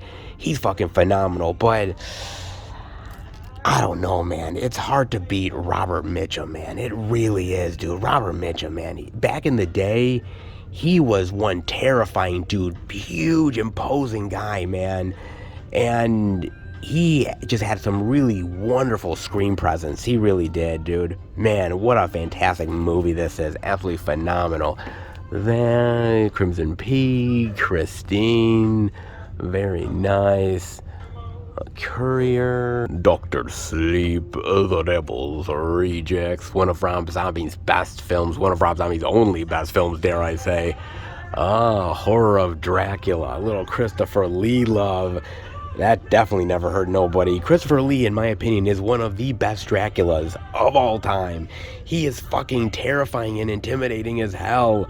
I love his version of Dracula, man. Just brutal. He's not trying to go for the seductiveness of it. I mean, yeah, he kind of has his moments, but he's going for more like really like feral Dracula, man. And he's so good too. It's really fantastic. Really. I mean, so is this one too. Gary Oldman does an amazing job. It's hard to pick a favorite. Christopher Lee or Gary Oldman?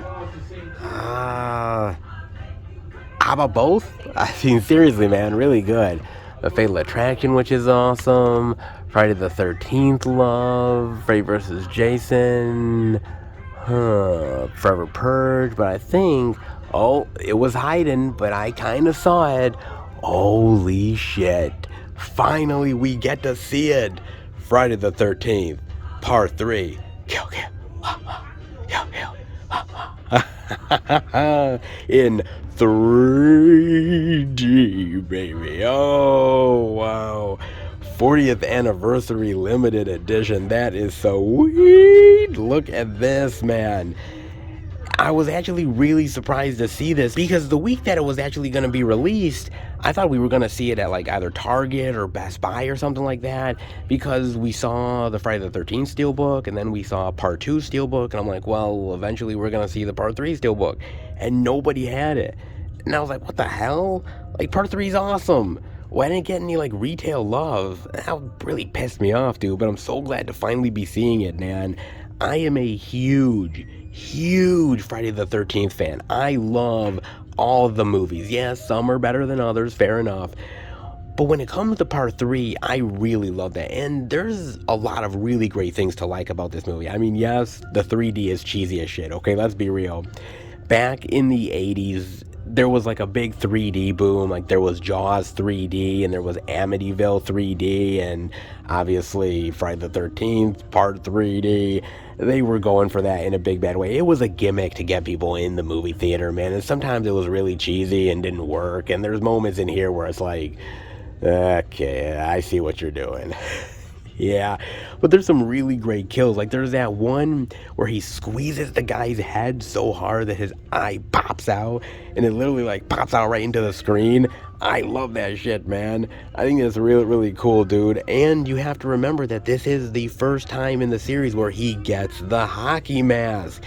He was before wearing that sort of potato sack on his head, which, by the way, I actually do like the potato sack. I thought that was really terrifying, and I would have liked to have seen them continue with that, but I think it was not easy to do for the stuntman, because with one eye hole, it's hard to really see, and you can't really do the choreography or the fight scenes or the kill scenes really great because, you know, half of your vision is completely fucked. So they had to come up with a different way, so they decided the hockey mask. And history was made. Indeed it was, man. And if you remember, he got it from Shelley. Yes, the jokester Shelley. He brought it, and of course, you know, in any of these movies, if you're the jokester, you're pretty much one of the first to bite it. Sorry, Shelley, but at least we know that you've contributed something iconic to the franchise. We'll never forget you, baby. Indeed we won't. I really dig this movie. The kills are really fantastic here. I love the scares. There's one that I really love towards the end of the movie where the survivor girl, she's seeing Jason in a window without the mask on, and he's like snarling and he's like clawing at the window, and that always scared the shit out of me. Something about that, about some person literally at a window like staring at you and trying to get at you. There's something about that that like creeps me out, dude. I love that scare, man. And honestly, the survivor girl in here is really good. Not as iconic as Part 2, but I think she deserves as much love, man. She's a really, really great survivor girl within the Friday the 13th franchise. Man, this movie, yes, cheesy. I will fully admit that. No doubt about it. But honestly, it is a really solid entry in the Friday the 13th franchise, man. And there were so many firsts and so much iconic moments that kept the franchise going for years to come. Really, really solid, man. I'm so happy to see this. This is awesome, man. For $20, that's not a bad price. And with 30% off, that is pretty good, man. I mean, I gotta admit, I own a crap ton of editions of many of the Friday the 13th films. I think I own like 3 or 4 box sets on top of like some singular editions that I've gotten over the years. I don't know if I would go and buy this, but any Friday the 13th fan has to pick this up, man. I mean, if you are a hardcore, and I mean a hardcore lover, it's got to be added to the collection, because if you love a franchise, you love a franchise through and through, right? I mean, buying all of the editions and the paraphernalia, it's just part of being a fan. And this steelbook, let's be honest, it looks rather tasty indeed. Oh, it really honestly does, man. That is so cool that they have this, man. I would have never thought to check Barnes & Nobles of all places, but it just goes to show you that when you're searching, you can find some really interesting and unique stuff. That is for damn sure, man. Oh, that is some really great stuff indeed. Not bad, baby. Not bad at all. Man, they're definitely doing their due diligence on physical media. That's for damn sure. Holy shit, guys. That is amazing. Look at this. All of the physical media gold all over the place here. My God, man. Usually I don't think of Barnes& and Nobles as like a physical media hub, but man, I probably should start to, right? Because this was really fantastic. I mean, they had a lot of surprises that I didn't think Barnes& and Nobles was going to carry, but man, they proved me wrong in the biggest, baddest way. I am so happy for that. You have no idea, man. There is so much physical media to check out here. Even stuff that I didn't even show off, man. I mean, just everything around corners and in little cubby areas, just waiting to be found. So awesome, man. That is so great. Dude, I should probably come into Barnes & Nobles more often, to be fair. I really honestly should. Hell, we didn't even show off the Criterion Collection goodness. But to be fair, it's not 50% off yet. And so, honestly, as much as I love looking at the Criterion Collection Gold, we're gonna wait, because if there isn't a big 50% sign on that thing, I'm not even gonna look at it. I'm not even gonna touch it, okay? No way indeed, man. But for the most part, dude, they really impressed me. Hugely impressed me, man. Yes, we didn't get to see Best Buy love this week. I know, shame indeed, but hey, Barnes & Nobles wasn't half bad, wasn't it? It wasn't half bad indeed, man. I definitely had my great physical media fill. That is for damn sure, and hopefully you did as well. Surprise, surprise, Barnes & Nobles delivered in a big, bad way. Absolutely they did, and hopefully you loved it, because I definitely did. But how about we head home and finish the video? Alright, everybody, that'll do it for the Blu-ray and DVD out and about video today, and man, it started off rocky, but it ended up pretty solid, didn't it? Yeah, all things considered, it really did, man. And this is literally the first week without Best Buy, and I'm not gonna lie, I'm kind of winging it, guys. Alright? I really am. I'm winging it like a motherfucker, because I really don't know quite what to do in this scenario, because it was so weird when the pandemic was happening and it was full on and stores were closed and the Best Buys were closed, and it's not like everybody was going into their Best Buys. They were all pretty much closed at that point. The difference now is that everybody is open and my Best Buy is closed. Literally, the only Best Buy in my area is temporarily closed for 12 whole weeks. And the other store that I could go to is literally over an hour away, which generally wouldn't be a problem, but with gas prices the way they are, it's really tough to really justify going there constantly to show off media, especially if I'm taking a gamble knowing that I don't know what they have exactly. So I would just literally be taking the gamble and not really knowing. And if they didn't have much, man, that trip would literally be for nothing. So I figure, you know what, in Best Buy's absence, let's try to do something unique and interesting. You know, sometimes we'll go to Barnes & Nobles. Maybe we'll go over to a Goodwill. Maybe we'll go to a Big Lots, a Dollar Tree. Who knows? Maybe we'll go to a pawn shop. Hey, it's all going to be a gamble at this point, okay? I'm just winging it for the hell of it, man. I really am. And so this will be kind of interesting. And I don't know what I'm walking into. Like, when I walked into Barnes & Nobles today, I was like, dude, I know it's Barnes & Noble, and they're going to have some interesting stuff. But, dude, they blew me away. I mean, seriously, the titles that they had were tremendous. Stuff that I didn't even think we would be seeing at any store, we saw at Barnes & Noble. And they had a lot of really great boutique label stuff as well. Man, just amazing.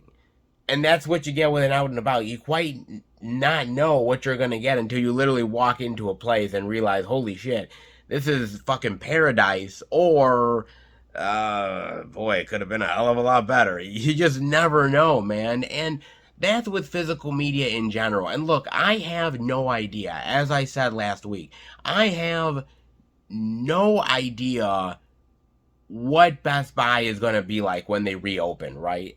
there's been talk of the media is going to be a lot less. There's only going to be like maybe one section for new releases and maybe one other thing, and that's it. And if that is what it is, then so be it.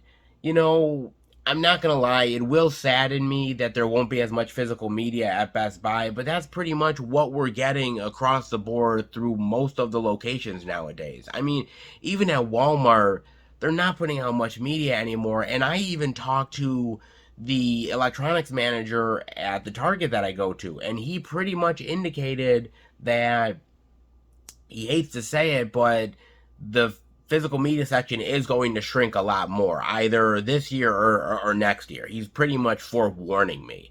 And so it's not like physical media is 100% dying. It's getting more niche, and we know this, but there's a lot of really wonderful titles that are coming out. The boutique labels are really killing it as of late. The sales have been amazing. They're selling a lot. So it's not like it's dying, it's just dying in retail stores. And that's really the shame of it, because as somebody who grew up with retail stores really selling physical media in a big bad way, you know, I remember the FYEs, Media Plays, Circuit Cities, and so many more. And huge sections at Walmart and Target and Best Buy. And to see it now is very sad. But that's the state of retail physical media nowadays. It really honestly is. And I wish it would get better, but I just realized that that's not going to happen. With streaming on the rise and the cost of things going up, it's not so easy to keep these stocked and for people to buy them unless they're huge titles that everybody wants. And if they're not huge titles that everybody wants, they're not going to be stocking them. So it's a conundrum, and it's not going to change, unfortunately, and that's the sad part about it. So, look, at the end of the day, you know, I'm going to go with the flow like I normally do, and I'm going to see where Best Buy takes me when they reopen in about 12 or so weeks' time and see what happens.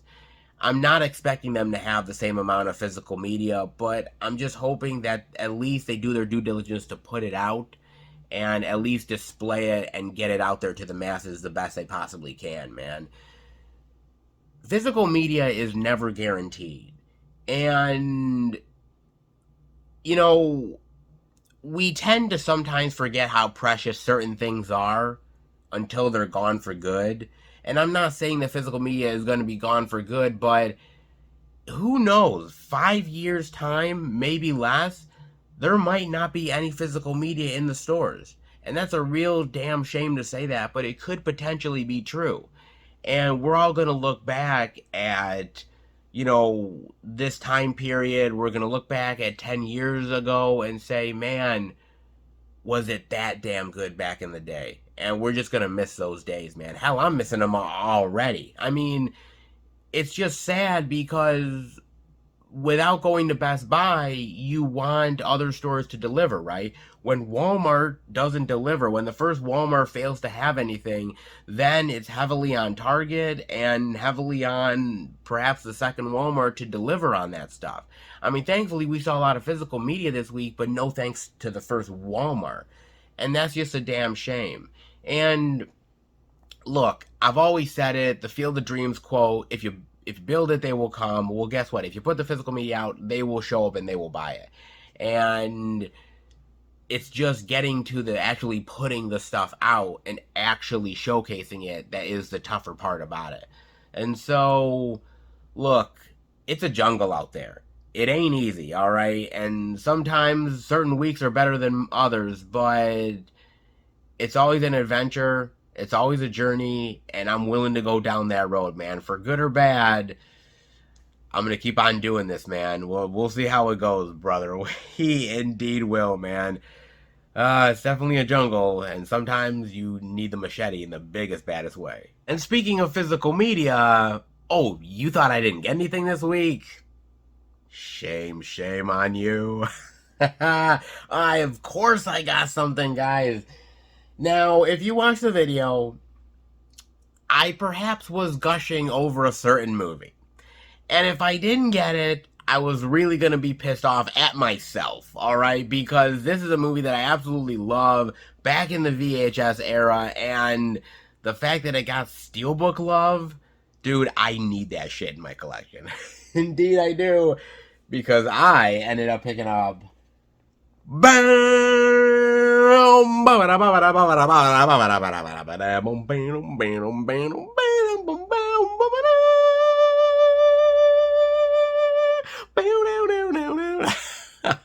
Grease 2, baby. Oh man, look at this.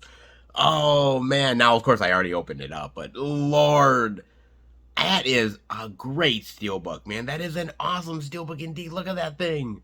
That is amazing. And look at the back. Ooh. I'm a cool rider. Oh, man. Oh, I so am. Oh, so cool. Look at that. Awesome, man. That's great. Dude, did I ever think, seriously, did I ever think that they were going to release a Steelbook edition of Grease 2? Hell no, I didn't, man. For God's sakes, dude, I mean, this movie is not exactly well loved, and it's kind of been underrated and forgotten in many circles, but I so love this movie, man, and every now and again I do revisit it because I just dig it that much. As I said earlier, I love the story, I love the characters, I love the comedy, I think the music is just infectiously fun, and it doesn't really take itself all that seriously, but I do really love the love story between the two of these characters, and I think it's, to me, more fun than the first movie. I know, it's sacrilege. Me even saying that. I'm tempting the gods. Okay, I know I am. But I don't give a shit. Alright, I really don't, man, because I love this movie so goddamn much, and for me, it's just a rarity of a sequel really being just as good as the first film, if not better. I know a lot of you don't agree with me out there, and a lot of you think I'm probably insane, but that's okay. I don't mind being insane from time to time. Alright, I really honestly don't. And this movie proves that, honestly, sequels may not always be as good, but just as fun. And this one definitely is. Ah, amazing to have the Steelbook goodness here. It really honestly is, dude. Wow. Damn, I had to pick this up. If I didn't, I was fucking crazy, dude. I had to get this. There's, like, no doubt in my mind. So good. However, there is something else that I got. And I got a package from eBay. Yes, I got an eBay package. Now, I had been searching for this, and I figured to myself, God, with Grease 2 coming out, it's kind of a no-brainer that I probably should be picking this up. And that is none other than... Oh, wait for it. Wait.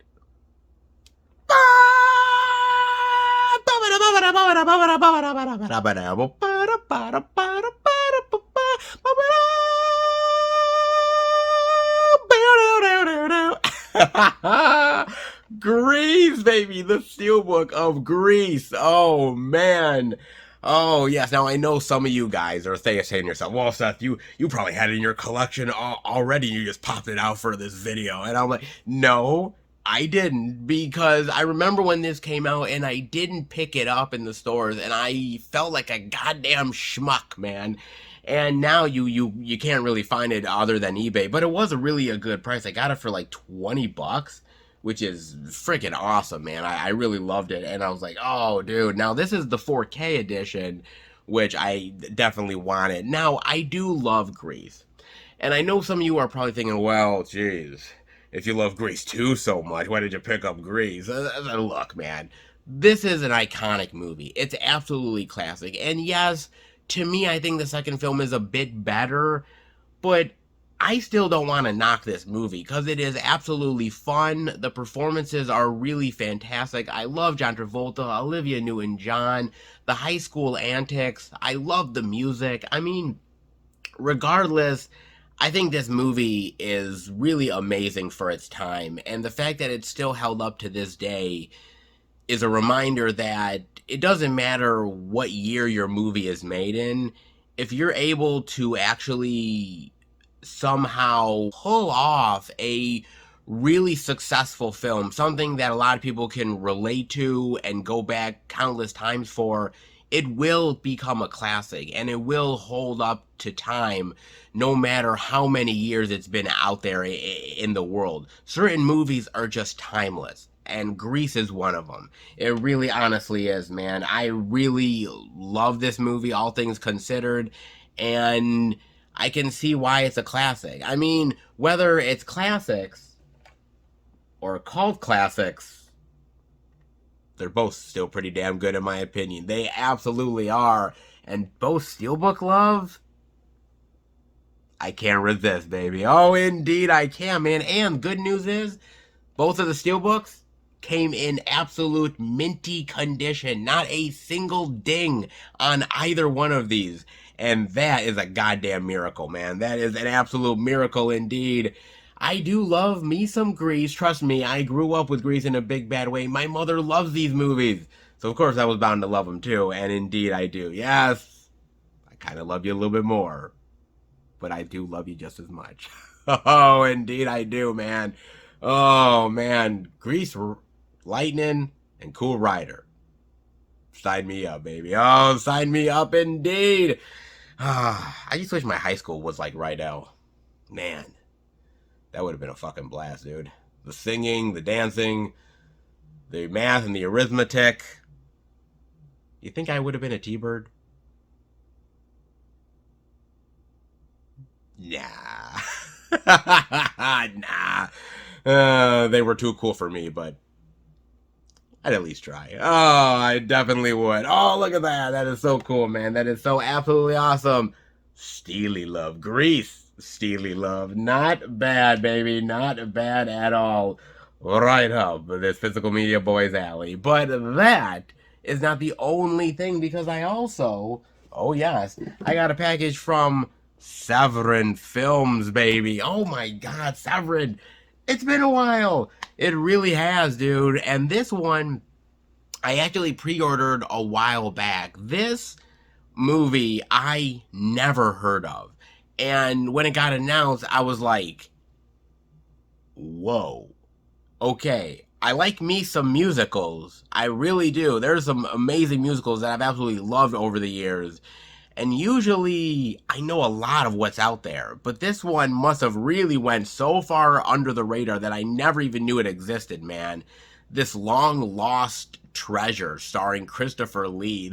And I'm like, what in the hell, man? So I had to pick it up. I don't know what I'm in store for, but the trailer looked interesting, and I figure, you know what? Gotta be worth the gamble. It's gotta be. So I'm gonna give it a go, man. We'll see how it is. But you will not get to find out exactly what I got until later on when I show off my pickups for June. Yes, we are finally here. June, for God's sakes, man. This is crazy. I mean, do you realize that literally half the year is gone at this point? Oh my lord, dude. Wow, it is literally flying. Crazily flying by, man. This is nuts, dude. But, wow, man, we are already in June, and I'm already getting the pickup love, man. Oh, man. And why not start out with a little bit of Severin goodness? Why not, dude? There's going to be some really decent stuff coming out in June, and this is just the start of it. Oh, I cannot wait, man. It'll be a good month for pickups for sure, man. But with some Severin goodness and a little bit of Grease love, you want to know what? I think I definitely did my due diligence this week. And before I let you guys go, I gotta talk about this. Now, this is actually something I've been wanting to talk about for quite a bit now, but there's been other things that I wanted to talk about first, and I've sort of put this on the back burner, but now I finally want to get to it. It's a great opinion from a very unique filmmaker that I absolutely respect. From no film school, Guillermo del Toro worries modern cinema is unsustainable. Let's dive in, shall we? Let's indeed. Guillermo del Toro has some feelings about the way Hollywood is going. It seems like Cannes is not only a gathering to watch a lot of movies, but it has become a place where we debate and theorize what the future of film holds. Over the pandemic, everything changed, and even the most esteemed filmmakers are putting together what comes next. One of those filmmakers is Guillermo del Toro.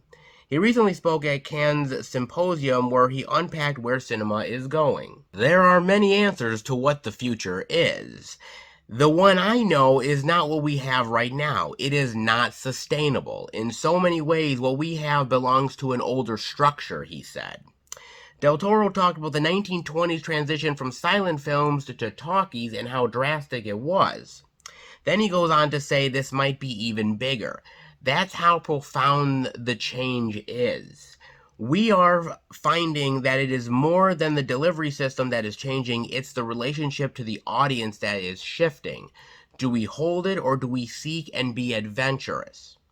These words describe where we are as an industry right now. No one seems to be able to make the first move, or maybe no one is adventurous enough to buck the current system and embrace a wide array of movies with a theatrical release, and maybe some original storytelling as well. Could he be right? Del Toro said, "We are in the present losing more movies from the past faster than ever before. It seems like we aren't, but the mere disappearance of physical media is already having corporations curating what we watch faster for us. The future doesn't belong to us, so our duty is not to ourselves, but to the future, for the people who come after," which I absolutely 100% agree. These lost movies are becoming more and more common. If you can't find it on streaming and distributors stop making physical media, how will we ever know what happened to some of these titles? That thought for a filmmaker has to be terrifying. We hope our work outlives us, but the reality is it will likely disappear under this kind of industry oversight. Del Toro continued, "It took one pandemic to shake it all up. We survived the pandemic because we had three things: food, medicine, and stories. These three things sustained us for so many months and years. We understand we are in the craft of doing a thing that is of primary importance to do. Hopefully things change, but for now, we'll have to wait and see if the bubble bursts." Indeed we do. But Del Toro is one wise man. And this time, these are words of wisdom to definitely heed by. They definitely are, man. You definitely need to take those words and absolutely hold on to them, because I truly believe that what he's saying is 100% honestly the truth, for good or bad. And I see where he's coming from, because, look, as a movie lover, as somebody who has seen so many movies, countless ones that Lord knows, some of them I can remember vividly, other ones are a little bit more strained, but I've seen so many from childhood all the way on. And truth be told, there's very few movies that are able to sustain themselves for years and years, decades even, right? There's very few that are able to do that. Now, you may disagree with me. You said, "Well, Seth, hold on a second. There's so many classic movies, hundreds upon hundreds of classic movies out there. How can you say there's so little of them?" Well, if you think about how many movies get made per year, per a decade, how many movies actually are fully remembered, 110%, that literally can sustain themselves, become a classic? When you really break it down, you realize that it's very few and far between. And with physical media becoming lesser than what it is, with streaming becoming more prominent, we are now giving the industry basically carte blanche to tell us what to watch, when to watch it, and how they're going to deliver it to you.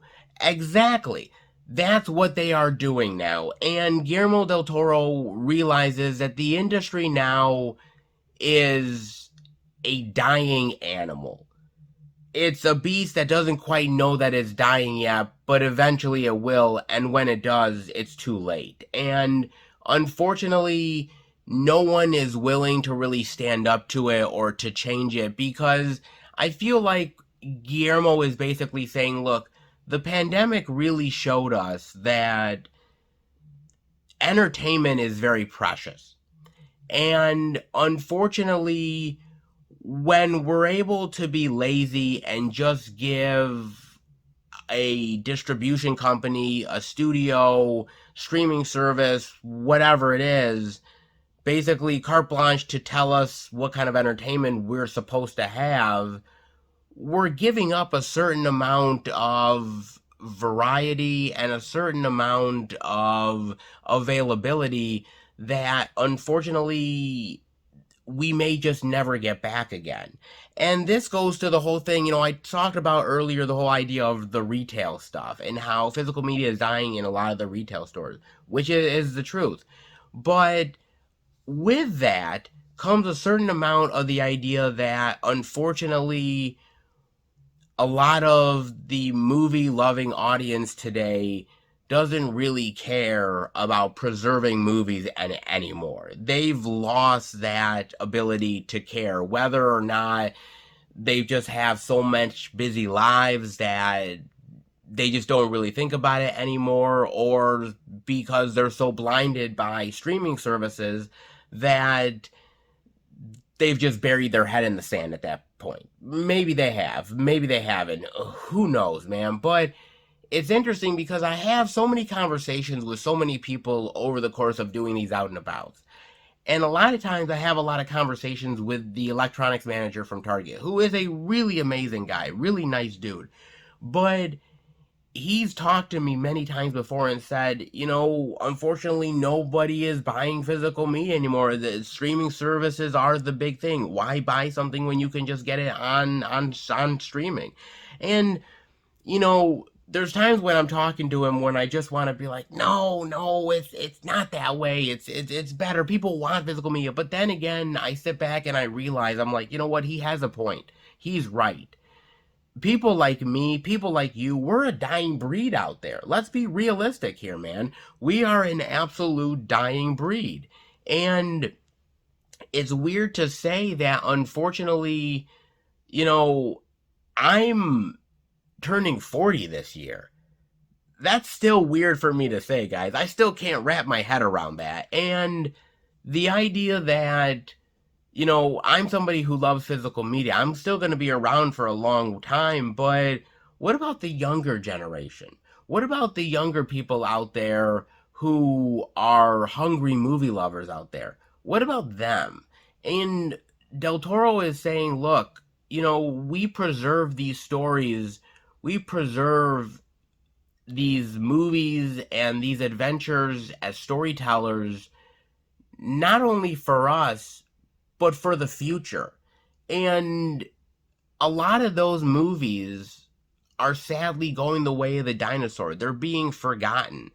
And the younger generation, unfortunately, either doesn't really feel the need to dive into physical media, or they honestly don't care about the older movies the way they should. And I kind of feel like that's a shame. I feel like a lot of people haven't done their due diligence to really present these movies to their kids the way they should be.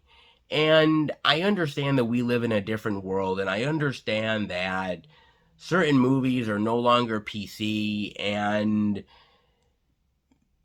times change, better or worse, but it doesn't mean that those movies need to die. And unfortunately, we just let movies just go the way of the dinosaur sometimes. Well, that movie was made in the 80s, and that was a different time, and that movie needs to stay in the 80s, and it doesn't need to be represented anymore. No, every movie, good or bad, deserves a place. I may not like them, but somebody else will, and vice versa. And that's why I really loved the fact that Grease 2 got a steelbook edition on Blu-ray. I am amazed by this. This movie is not exactly the most well-known movie in the world, but the fact that the company went out of their way to say, you know what, we're gonna put a steelbook out there, and hey, if people buy it, buy it. If not, whatever. But the fact that they were able to put it out there in a retail store for the masses, that astounds me. And I wish more of that would happen, man, because unfortunately, you just don't see it as much as you do, man. And I really love these boutique labels going out of their way to give us a lot of love to these older films, these forgotten movies that otherwise may pass us by. There's a lot of movies that have come out from Severin, Vinegar Syndrome, Scream Factory, Arrow Video, 88 Films, Second Sight, Criterion, you name it, MVD, so many wonderful companies out there that have literally rescued films where a lot of us have looked at them and said, I have never heard of this movie. I didn't even know this movie existed. And they give us a really great edition of it, and damn thankful for it. I may not buy all of those movies. Some movies appeal to me more than others. But I'm appreciative of the fact that these companies go out of their way to put these titles out there and really give us as great of an edition as possible, because these movies, whether or not you agree with them or not, deserve to still be present within the public consciousness in one way or another. And I'm glad that they are. And unfortunately, I just wish it was more movies. Because I've talked to you guys about so many films out there that are being forgotten or underrepresented, and the idea that there's far more forgotten movies out there than there are movies that are being saved nowadays. And that's a damn shame. And unfortunately, with the way the world is now, we're becoming more digital. We're not really investing in physical media as much as we used to. And in some ways, we're losing the preservation of film because of that. Because now you can just go on a streaming service and you can stream whatever. But that's not entirely the truth, and you guys know that, because you can't stream everything. There are a lot of movies and TV shows out there that literally are not part of any streaming service whatsoever. And if it's not having a physical media release, then where do you find it? You don't find it at all. It just gets lost to time. And that is truly, truly unfortunate. And I feel like, to me, if I were to have kids, at some point at a young age, I would start showing my son or my daughter, my kids in general, I would start showing them these certain movies. And I would start showing them these old school classic films from the 20s all the way up to the present, and show them that there is an array of film out there which is so amazing, and all these forgotten movie stars and these forgotten directors and these forgotten generations of film that literally need to be represented, need to be shown to younger generations so that they pass it on to their young ones, and so on and so forth, and for many generations to come. That's what happened to me, guys. My mother and my father were huge movie lovers. They taped a lot of movies on VHS. They were huge fans. And when I became a certain age, I was diving into the Universal Monsters. I was diving into romantic comedies, regular comedies, action, sci-fi, horror, romance, you name it. I was watching anything and everything. And my parents encouraged me, because they loved it and they felt that they really needed to share that love with me. And unfortunately, I think we're losing that. We're losing a certain amount of passion for film and for media and for the preservation of it. And unfortunately, that goes with the digital times. I think there was much more appreciation back in the 80s and the 90s, and hell, even the early 2000s, than there is now.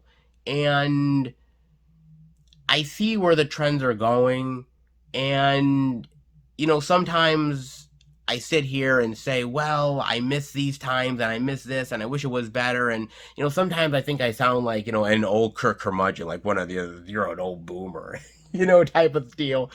But it really is the truth, man. And unfortunately, a lot of times we look at film today and we say, oh, well, this movie is this, right? And oh, this movie is really unique and interesting. And then I go to somebody and I say, no, that movie was influenced by X, Y, and Z.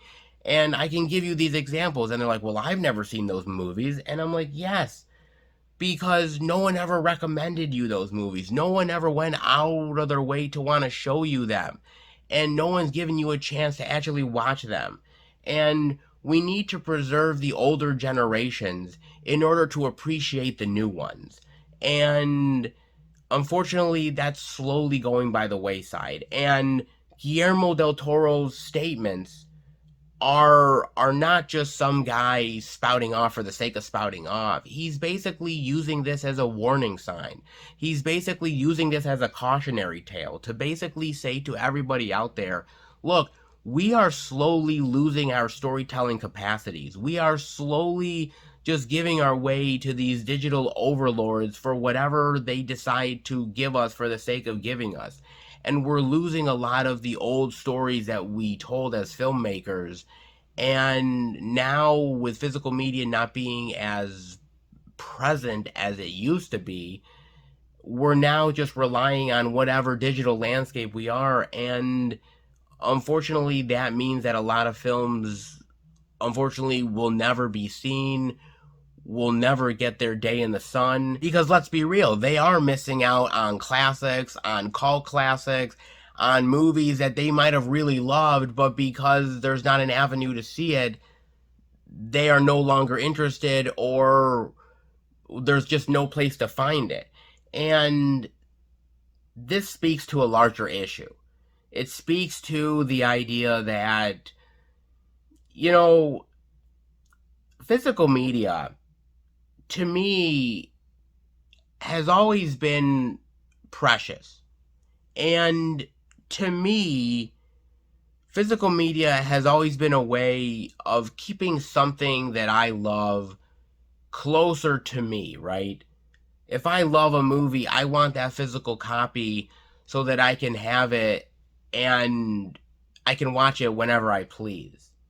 But now it's more than that. It's not just the fact of having something because you want it, it's the fact of actually preserving cinema. And that's wild to me. The idea that a streaming service can just digitally replace stuff. The idea that they can get rid of whole scenes or not even put the thing on a platform anymore, right? Just completely forget it. If it's not on digital, then who cares? And there's a lot of movies out there that unfortunately either get buried, get re-edited to death, or just don't have a place on a streaming service because they don't fit in any category. And those movies, now, as physical media lovers, we now have a responsibility to prop them up, to actually save them. And now our job as physical media fans has literally become way more important than we ever thought it would be. And so it's fascinating to me. It's wild to me. And for me, I take this not only as a passion, but a certain amount of importance that I appreciate even more. And so when you're at a store, when you're at a pawn shop or thrifting, or you go on to a boutique label sale with one of these labels, just remember that when you purchase something, you're not only purchasing it for yourself, but you're also preserving it for future generations.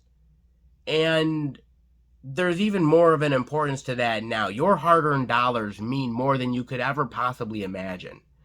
And I'm not saying to not watch anything on digital. I love digital. I watch Netflix and Disney Plus and Hulu and all that jazz. Absolutely, I do. But I can't let go of physical. I won't let go of physical. I'll never let go of physical. And now there's even more of an importance than there was even 5 years ago.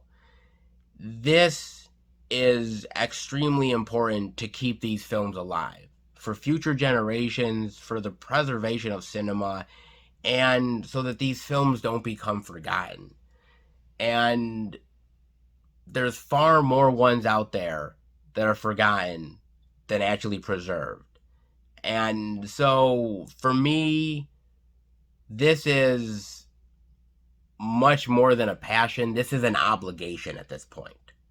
And so every package that I get, every movie that I get in the mail, I cherish.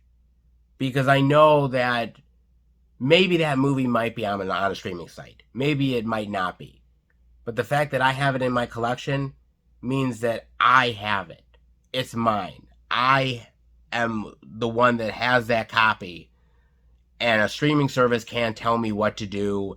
I know that I'll always have it, so I'm not dictated by whatever they want to show me or not show me. And the idea that I have that copy, not only to show to friends if they want to see it, but future generations to keep that film alive. It's a lot. And as physical media lovers, did you ever really think you'd get to the day where the importance of buying a movie on physical is almost like an obligation to keep cinema alive? You never thought that, but we're here, man. And I'm ready to do my due diligence. Are you? Definitely let me know, man. Do you agree with Guillermo del Toro? Do you think that it's more important than ever to preserve these movies, not only for ourselves, for future generations, and keep physical media alive and not completely adhere to the streaming overlords? Or do you think that certain films are just right to let go? And maybe that certain films go the way of the dinosaur because they're meant to. And maybe we don't need to preserve cinema like we think we do. What do you think? Do you think I'm wrong? Do you think Guillermo's wrong? Or do you think that it really is important to keep these films alive, good or bad? Let me know. I definitely am interested to hear your thoughts on this, guys. I love Guillermo del Toro and his passion. Man, it always gets me going. It really honestly does, man. But definitely let me know what you think about that. And hopefully you liked the video. If you did, definitely give it the thumbs up. And if you're new to the channel, welcome. Check out the other Blu-ray and DVD out and about videos that I do. Movie hunting, like Dollar Tree videos, movie reviews, Blu-ray pickup videos, live streams, all the older content and new stuff that is coming your way very, very soon. All of the videos that are out there on the channel. If you like how I talk about movies and physical media, hit subscribe and become part of the Film Fan Nation. I want to thank my really great subscribers out there. You guys absolutely are amazing and awesome. You watch all the videos. You give me great comments and great feedback, and I really appreciate it, man. I really honestly do. You show me the love, and hopefully I show the love right back to you guys. Hopefully I do indeed. So if you love how I talk about movies, definitely hit subscribe. Hit that notification bell so you'll be notified every single time that I make a video. Keep up to date with everything I'm doing through Twitter, Instagram, and Facebook. FilmFan108. Keep up to date with everything I'm doing, plus pictures and videos that I do from time to time on the social medias as well. And if you would like to send the channel any movie-related goodness, you can do that. It is not expected, but is definitely appreciated. The P.O. box is in the description below. You guys have said, hey, we want to send you some really great stuff. Where do we send it? Well, the P.O. box is the place to be, man. You guys have sent some amazing stuff so far. Things that are so crazy and wild, man.